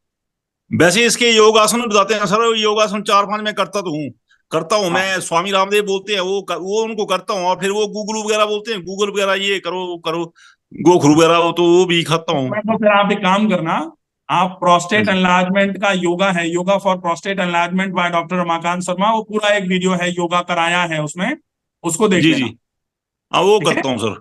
जी जी जी, ठीक है सर, थैंक यू। ठीक है जी। यस अनिला जी बोलिए। हेलो सर, यस मेरे मैम बोलिए। हाँ, हमेशा मेरी उल्टी नाक से सांस आती जाती है। बाई नासिका से आती हाँ, है। बाई बाई से। अभी एक प्रश्न था कि दाई से ही आती जाती है, Right. अपनी जैसे बाई से आती जाती है। बाई का मतलब हो गया चंद्र नाड़ी। चंद्र नाड़ी अगर बाई का हो गया तो चंद्रमा की तासीर मतलब ठंडक ज्यादा। ठंडक ज्यादा का मतलब शरीर में ज्यादा से ज्यादा शिथिलता रहेगी, थोड़ा ठंडक हो सकता है सर्दी जुकाम रहे, हो सकता है यहाँ पर ये पूरा भारी भारी लगे। तो इसके लिए आपको क्या करना है, इस वाले नॉस्ट्रिल में कॉटन लगा दीजिए। और दूसरा वही नाड़ी शोधन। नाड़ी शोधन का मतलब क्या होता है, दोनों नाड़ियों में शुद्धि कराने वाला, शोधन कराने वाला, बैलेंस कराने वाला प्राणायाम, जिसको नाड़ी शोधन अनुलोम विलोम के नाम से जाना जाता है, उसका अभ्यास करिए, बढ़िया रहेगा। पर सर, मेरे हाथ और पैरों के तलवे पूरे गर्म ही रहते हैं। हाथ और पैरों के तलवे जो गर्म रहते हैं ना, वो गर्म रहते हैं आपके यहाँ की गर्मी की वजह से। ये जो गर्मी है ना, इस गर्मी को शांत करना पड़ेगा। उस गर्मी को शांत करने के लिए बहुत अच्छा रहेगा, ज्यादा से ज्यादा मात्रा में पानी पीजिए, बहुत सारा। और जो हथेली और तलवे हैं, उन पर आप ऐसा कर सकते हो, एक कपड़ा लिया, ठंडे पानी में गीला कर करके कपड़े को यहाँ लपेट दिया, उसके ऊपर से फिर आप थोड़ा सा ऊनी कपड़ा लपेट दीजिए, मफलर टाइप का, ऐसे ही पैरों पर। शुगर थोड़ी है आपको? आफ्टर कोरोना हो गया है, पर नॉर्मल है, ज्यादा नहीं है। मेडिसिन लेते हैं शुगर की? हाँ, लेती हूँ। तो फिर ये न्यूरोपैथी है। न्यूरोपैथी में थोड़ा सा हाथ पैर हल्के से जलन के साथ साथ थोड़ा गरम गरम रहेंगे, और थोड़ा झंझनाहट सी सूनापन सा रहेगा। अगर ऐसा रहता है तो इसको न्यूरोपैथी बोलते हैं। न्यूरोपैथी में ये गीला कपड़ा, ऊपर से ऊनी कपड़ा, ये आप लगाइए 20-20 मिनट के लिए, दिन में एक बार रात को सोने के पहले ही कर लीजिए, बहुत अच्छा आराम मिलेगा। अनुलोम विलोम प्राणायाम जरूर करिए। इस वाले नॉस्ट्रिल में कॉटन लगाइए, कम से कम आधे आधे घंटे करके दिन में 2 बार, और दोनों नॉस्ट्रिल्स में घी डालिए। ठीक है, इससे आपको डेफिनेटली आराम हो जाएगा। सर, एक क्वेश्चन और है। मेरी बेटी को साइनस की शिकायत हुई है, यहाँ का मांस बढ़ गया है एक हाँ हाँ, तरफ का। तो एक बहुत अच्छा, मैंने डॉक्टर अभी कल ऑपरेशन परसों ही के लिए वीडियो बनाया बोलते है, हैं। मैं समझ गया। हाँ। अभी कल परसों का ही एक अपलोड होगा। नाक का बढ़ा हुआ मांस या नाक की हड्डी टेढ़ी है, तो 3-4 उपाय होते हैं, उनको फॉलो करना है। अभी कल परसों का अपलोड होगा, उसको आप देख लीजिए। उसमें पूरा बताया हुआ है कैसे कैसे उस चीज को करना है। घरेलू उपचार है, आराम से हो सकता है। रेगुलर सर, करवाइए, डेफिनेटली आराम हो जाएगा। घरेलू उपचार से ठीक हो जाएगा सर? घरेलू उपचार से ही ठीक होगा। घरेलू उपचार मतलब घरेलू नहीं है वो। अच्छा। घरेलू का मतलब है जड़ पर वार करना। जड़ पर वार करेंगे, डेफिनेटली आराम मिलेगा। भाप ले सकते हैं सर गर्म पानी से? फेशियल स्टीम उसमें बताया हुआ है। गर्म पानी की भाप जो है ना, उसमें चाहे तो सफेदा यूकेलिप्टस के पत्ते या यूकेलिप्टस ऑयल डाल करके भाप ले लीजिए, बढ़िया रहेगा। Thank you sir. Okay. Yes master, किसी और का कोई क्वेश्चन? हैंड रेज कीजिए मास्टर।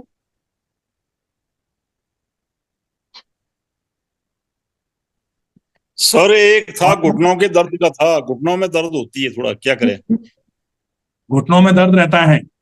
देखिए, जी जी, घुटनों में दर्द का तो सबसे बड़ा कारण मैं देखिए बताऊं आपको। जैसे ये घुटना है, हाँ चला नहीं जाता जी, हाँ कहते हैं वो खत्म हो गया ग्रीस, इस पर क्या पता नहीं क्या अब ग्रीस। ये जो है ना, घुटने का ऊपर की हड्डी और ये नीचे की हड्डियां हैं। नीचे की जी हड्डी के ऊपर के हिस्से पर ये मेनिस्कस होता है, यहाँ गद्दी बोलते हैं, गादी।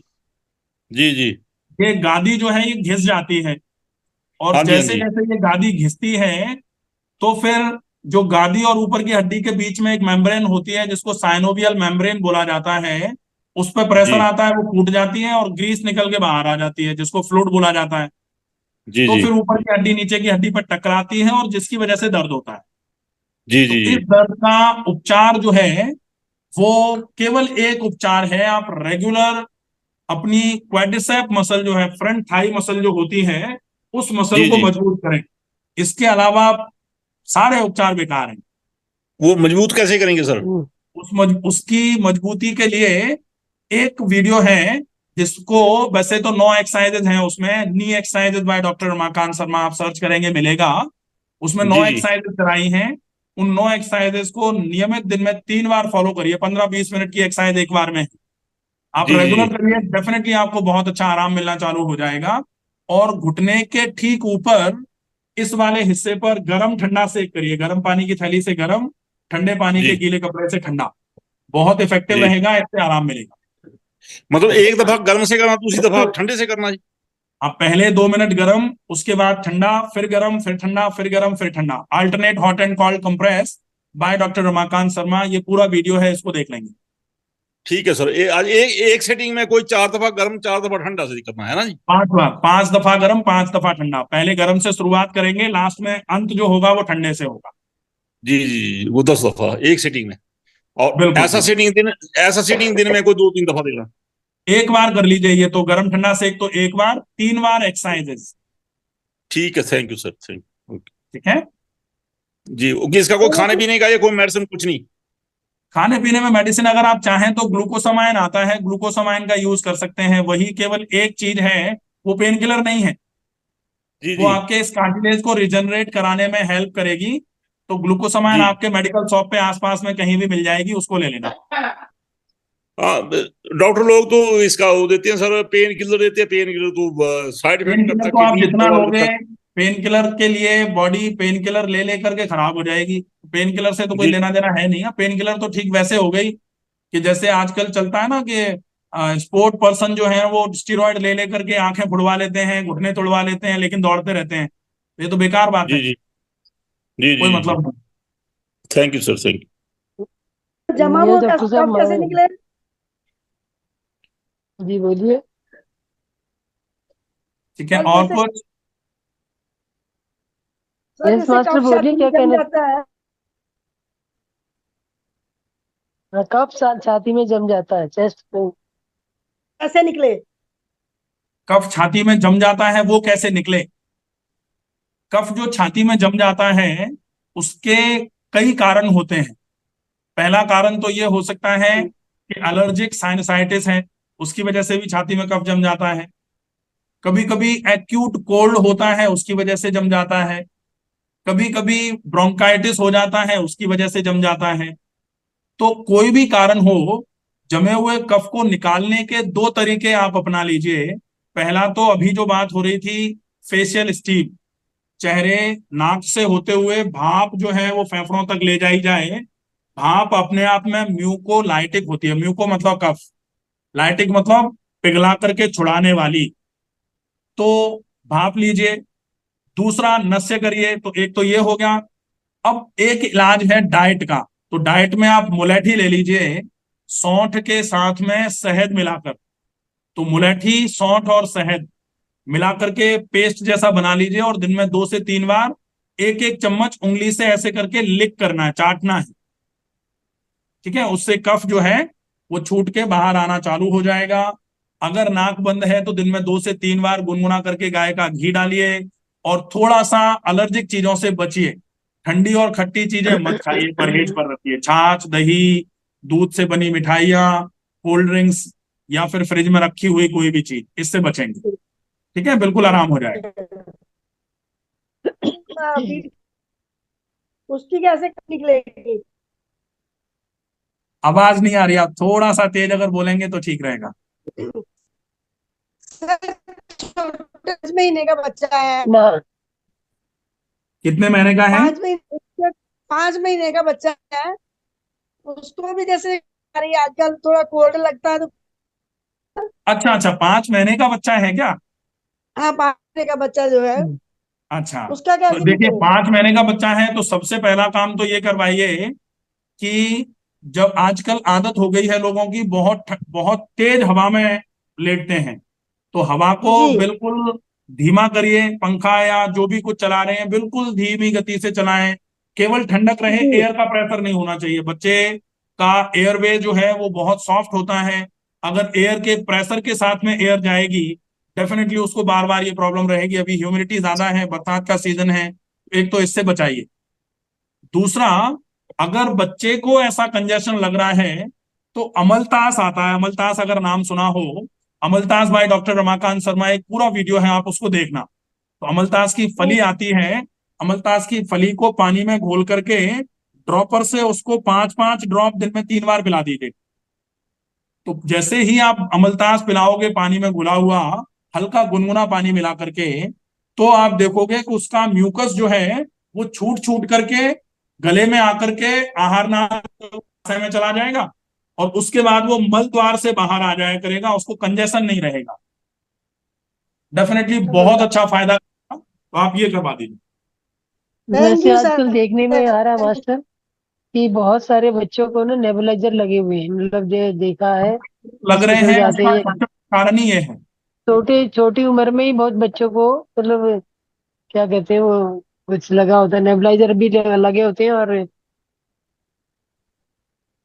बच्चे कुछ को जैसे हवा लगाने वाला।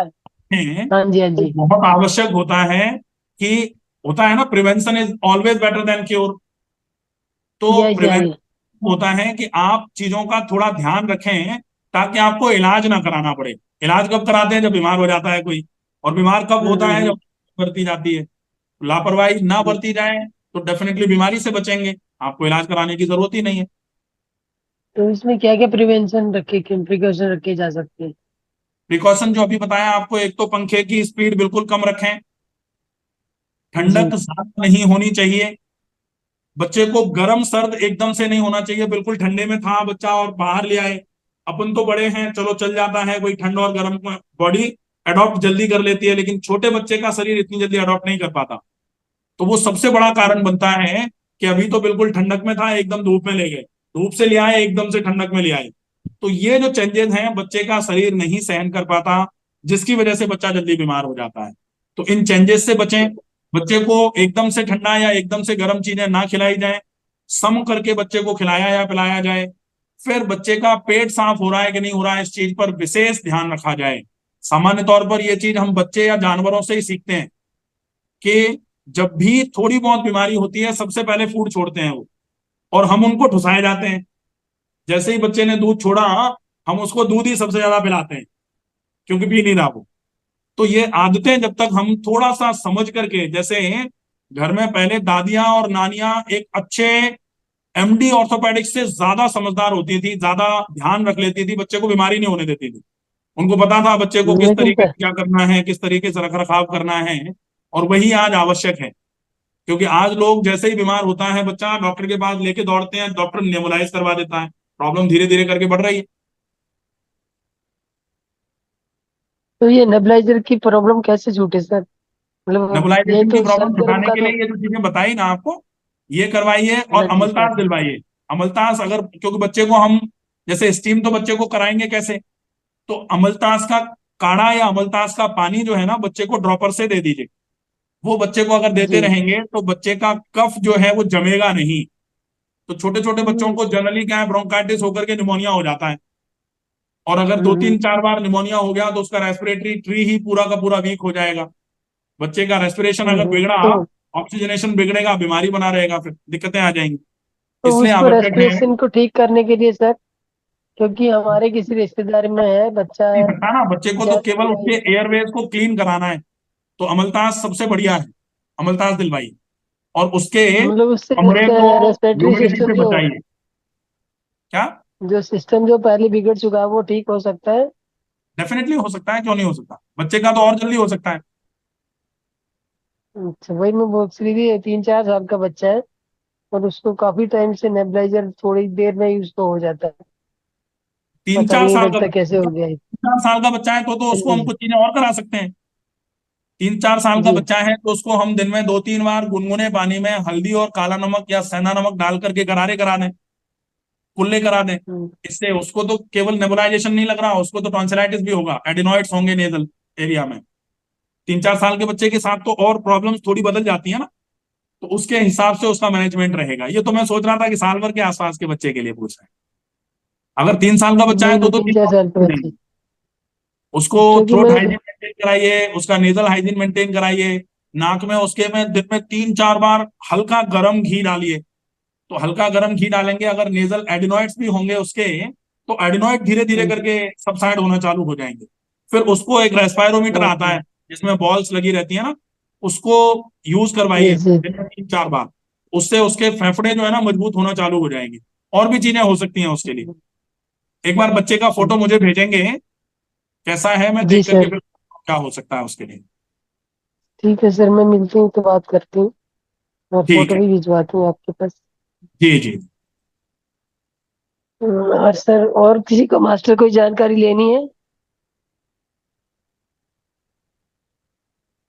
आजकल जो कॉमन प्रॉब्लम है सर, जैसे नी प्रॉब्लम तो किसी ने पूछा अभी कि नी प्रॉब्लम तो, और बैक प्रॉब्लम, नी प्रॉब्लम और शोल्डर फ्रोजन वगैरह, ये सभी, शोल्डर फ्रोजन का भी काफी दिक्कत आ रहा है लोगों को। इसके लिए भी कोई कॉमन व्यूज होंगे आपके पास? देखिए, बेसिक जो जॉइंट्स हैं, जो वेट बेयरिंग जॉइंट माने जाते हैं, एक तो गर्दन। गर्दन में दर्द क्यों आ रहा है? ये क्योंकि लगातार लोगों को बैठ करके ऐसे काम करना है, तो उसकी वजह से सिर का भार गर्दन की मांसपेशियों पर लगातार पड़ा रहता है, जिसकी वजह से ये मांसपेशियां कमजोर हो जाती हैं। ये जैसे ये है, जी ये गर्दन है, ये वाली मांसपेशियां इधर की कमजोर पड़ती हैं। और इसकी वजह से जी सर। हम देख रहे हैं ना कि सिर कहाँ अटैच है, आगे की तरफ वजन ज्यादा है, पीछे की तरफ वजन जरा सा है। तो आगे की तरफ कहीं ये हम्म। ऐसे करके गिर ना जाए, इसलिए ये पूरी मांसपेशियां खिंची रहती हैं। और खिंचावट इन जी मांसपेशियों की जो है, ये यहाँ सूजन ले आती है, और ये पूरा दर्द रहता है, ऐसे करके दर्द यहाँ तक आता है। तो इसके लिए isometric neck exercises by doctor Ramakant Sharma, पूरा वीडियो है, उसको देखें। केवल वो एक्सरसाइजेज से आपकी आइसोमेट्रिक समस्या खत्म हो जाएगी। Exercise. Yes yes. Isometric exercise, isometric मतलब नॉन मूवमेंट्री एक्सरसाइज, मूवमेंट नहीं है जिनमें। ठीक है। ओके। अब और आते जो हैं फ्रोजन शोल्डर। फ्रोजन शोल्डर मतलब शोल्डर की मसल जो है ये फ्रीज हो जाती है। अगर ये फ्रीज हो रही है, तो इसकी फ्रीजिंग को रोकने के लिए एक तो पहले गर्म सेक करवाइए। क्योंकि अगर अपन तुरंत ही फ्रीज्ड मसल पर एक्सरसाइज करेंगे तो मसल टीयर हो सकती है। मसल टीयर हो गया, दिक्कत आ जाएगी। आजकल लोग, बहुत सारे ज्ञानी लोग हैं, वो अगर फ्रीज हो गया है ना, खिंच नहीं रहा, तो वो जोर से खींच खींच के उसको सही करने की कोशिश कर देते हैं, सारी मसल को तोड़ फोड़ के खराब कर देते हैं। ऐसा नहीं किया जाना चाहिए। आपको क्या करना है, पहले फ्रीज्ड मसल को सपल बनाइए गरम सेक करके। गरम सेक करके वहां पर गर्मी की सिकाई की वजह से जो फ्रीजिंग आ गई है मसल फाइबर में, वो धीरे धीरे करके रिलैक्स होना चालू होगी, ढीला बनेगी मसल। अपन कह रहे थे ना, हाथों में गर्म पानी इसलिए नहीं पीना क्योंकि ढीली हो जाती है। यहाँ गर्म इसलिए करना है क्योंकि कड़ी हो गई है, ढीला ही करना है। ठीक है, तो गरम जी सेक करेंगे यहाँ। गरम सेक 3-4-5 दिन करने के बाद फिर हम छोटी छोटी एक्सरसाइजेज हैं। तो exercises for frozen shoulder bye doctor Ramakant Sharma, पूरा वीडियो है। आपको लगभग 1300-1400 वीडियोज हैं, तो आपको लगभग आपके हर प्रश्न के ऊपर एक वीडियो मिल जाएगा। ठीक है। जी सर, आज मैं आपका वीडियो देख के ही आपको ढूंढ पाई थी सर। बहुत बढ़िया। सर सर मुझे है प्रॉब्लम सर यहाँ की।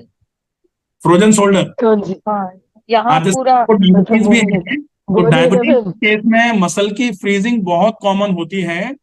ये वाली चीज जैसे गरम सेक कर लीजिए, गरम सेक करने के बाद स्पेसिफिक एक्सरसाइज होती है, स्पेसिफिक एक्सरसाइजेज। वो आप योगा फॉर फ्रोजन शोल्डर करके देख लेंगे, उसमें आपको मिल जाए exercises for frozen shoulder bye doctor Ramakant Sharma. आप डॉक्टर ने देखिए, करवट पे सोने के लिए मना किया, फ्लैट सो। ऐसा नहीं हो सकते, करवट पर सोएंगे तो मसल खिंची रहती है ना, दबी रहती है ऐसे, तो हाँ दबी सर। रहेगी तो और खराब हो जाएगी एकदम से। हाँ, बहुत ज्यादा तो दर्द है। प्लस गरम सेक करिए, उससे आराम मिलना चालू हो जाएगा। और एक्सरसाइजेस धीरे धीरे करके करनी है। प्रयत्न शैथिल्यम अनंत समापत्तिभ्याम। आसन के अभ्यास आजकल जो खींच तान करके कराए जा रहे हैं, नहीं करना चाहिए। योग ऐसे ऐसे तरीके से कराया जा रहा है कि महर्षि पतंजलि अगर ऊपर से देख रहे होंगे ना, तो उनको बड़ा पछतावा हो रहा था कि किसको सिखा के आ गए हम, क्या लिख के आए थे और क्या कर रहे हैं लोग, बड़ी मुश्किल है। तो ऐसे उल्टे सीधे कर्म नहीं करने, इसकी वजह से दिक्कत आ जाएगी। तो बड़े धीरे धीरे करके ध्यान से आराम आराम से चीजों को सूर्य फॉलो। नमस्कार कर जी सर। सकते क्या सर? सूर्य नमस्कार नहीं कर सकते हम्म। ऐसी। सूर्य नमस्कार में जो आप फिफ्थ स्टेप करते हो ना, फोर्थ स्टेप, उसमें आपके शोल्डर पे बहुत ज्यादा जोर आएगा, आपको नहीं करना चाहिए। ठीक है सर। ठीक है। सर एक बात और पूछना थी, ये जो मैंने बताया कि मेरी बॉडी गर्म रहती, ये आफ्टर मेनोपाज हो रहा है। आफ्टर मेनोपॉज पहले होता है। पूरा तो कॉमन फीचर है मेनोपॉज का, मेनोपॉजल सिम्टम्स होते हैं ये। तो पेरी मेनोपॉजल टाइम होता है। पेरी मेनोपॉजल टाइम का मतलब है मेनोपॉज जिस समय हो रहा है उसके लगभग 2 साल पहले से लेकर के लगभग 7-8 1 साल। साल हो गए सर, 8 साल हो गए। 8 साल हो गए? हाँ। नहीं, 8 साल हो गए तो वो खत्म हो गया। पेरी मेनोपॉजल टाइम में बता रहा हूँ ना कि 2 साल पहले से चालू होकर के मेनोपॉज होने के 1 साल बाद तक अगर जो सिम्टम आ रहे हैं तो वो तो मेनोपॉजल माने जाएंगे। अगर 1 साल खत्म हो गया, उसके 7 साल के बाद कुछ आ रहा है तो फिर नहीं, मेनोपॉज का। उसके बाद से ही गरम गरम रहता है। वो तो ठीक है, मेनोपॉज हो गया, वो बात खत्म हो गई। अब अपने को इस गर्मी का कारण कुछ और ढूंढना है, वो वाला कारण नहीं है। तो वो जो आपको कारण बताया वही है पेट की गर्मी। पेट की गर्मी को शांत करिए, ठीक रहेगा। तो खाने में क्या तो पेट लेना पे जो चाहिए ठंडी सर? पट्टी वगैरह होती है वो रख सकते हैं सर, मिट्टी की पेट की पट्टी वगैरह आयुर्वेद में शर्मा आप सर्च नेचुरोपैथ। कर। तो गैस्ट्राइटिस में डाइट थेरेपी पूरी, क्या खाना है, कितना खाना है, कब खाना है, तरीका क्या खाने का, और एक्सरसाइजेस कौन से करने हैं, नेचुरल ट्रीटमेंट कौन से हो सकते हैं। तो आइदर पित्त की वृद्धि बाय डॉक्टर रमाकांत शर्मा, या फिर gastritis by doctor Ramakant Sharma, या acidity management by doctor Ramakant Sharma. Sir ये अलग आपको एक अलग और है। सेशन लेना पड़ेगा मुझे लगता है। बिल्कुल बिल्कुल मैम, डॉक्टर साहब का लो, डॉक्टर साहब ये एक्सपीरियंस पर्सन है, इनका लो सेशन है एक तो और। मास्टर मास्टर मैं आप लोगों के लिए ही तो ये सब बुलाती हूँ, लेके आती हूँ, बहुत मुश्किल से ढूंढने पड़ते हैं। ये बहुत बढ़िया काम है तो आपका बहन जी, 2 दिन से बहुत मैं अच्छा सर्च काम है। कर रही थी और आज मैं बहुत थक गई थी। तो मैंने कहा कहाँ से डॉक्टर पकड़ के लाऊं, डॉक्टर ढूंढूं कहाँ से लाऊं जो हमें सही जानकारी दे सके। तो मैंने सोचा जो आज मेरा यूट्यूब पे खुलेगा वही डॉक्टर आज होगा। और बाई चांस रमाकांत जी का यूट्यूब खुला और मैंने उन्हें देखा, उनको कॉल किया और उन्होंने उनके मतलब ये भी हमारी समझो कि अच्छी किस्मत है जो इन्होंने एक्सेप्ट भी किया आना। अरे ये और संयोग है, संयोग है, जी और बहुत अच्छी बात है मैम। जी जी थैंक जी जो इन्होंने यहाँ पे आने के लिए हाँ वहाँ किया, तो मैं भी थोड़ा, मेरा भी मन थोड़ा इधर इधर से थोड़ा वो हुआ। मैं भी तभी भी दुखी थी। मैंने कहा पता नहीं हमारे अकॉर्डिंग कर पाएंगे नहीं कर पाएंगे, हमारी कैसे लोगों को समझा पाएंगे। लेकिन हमारी जो कल्पना थी, हमने जो सोचा था उससे ज्यादा ही किया।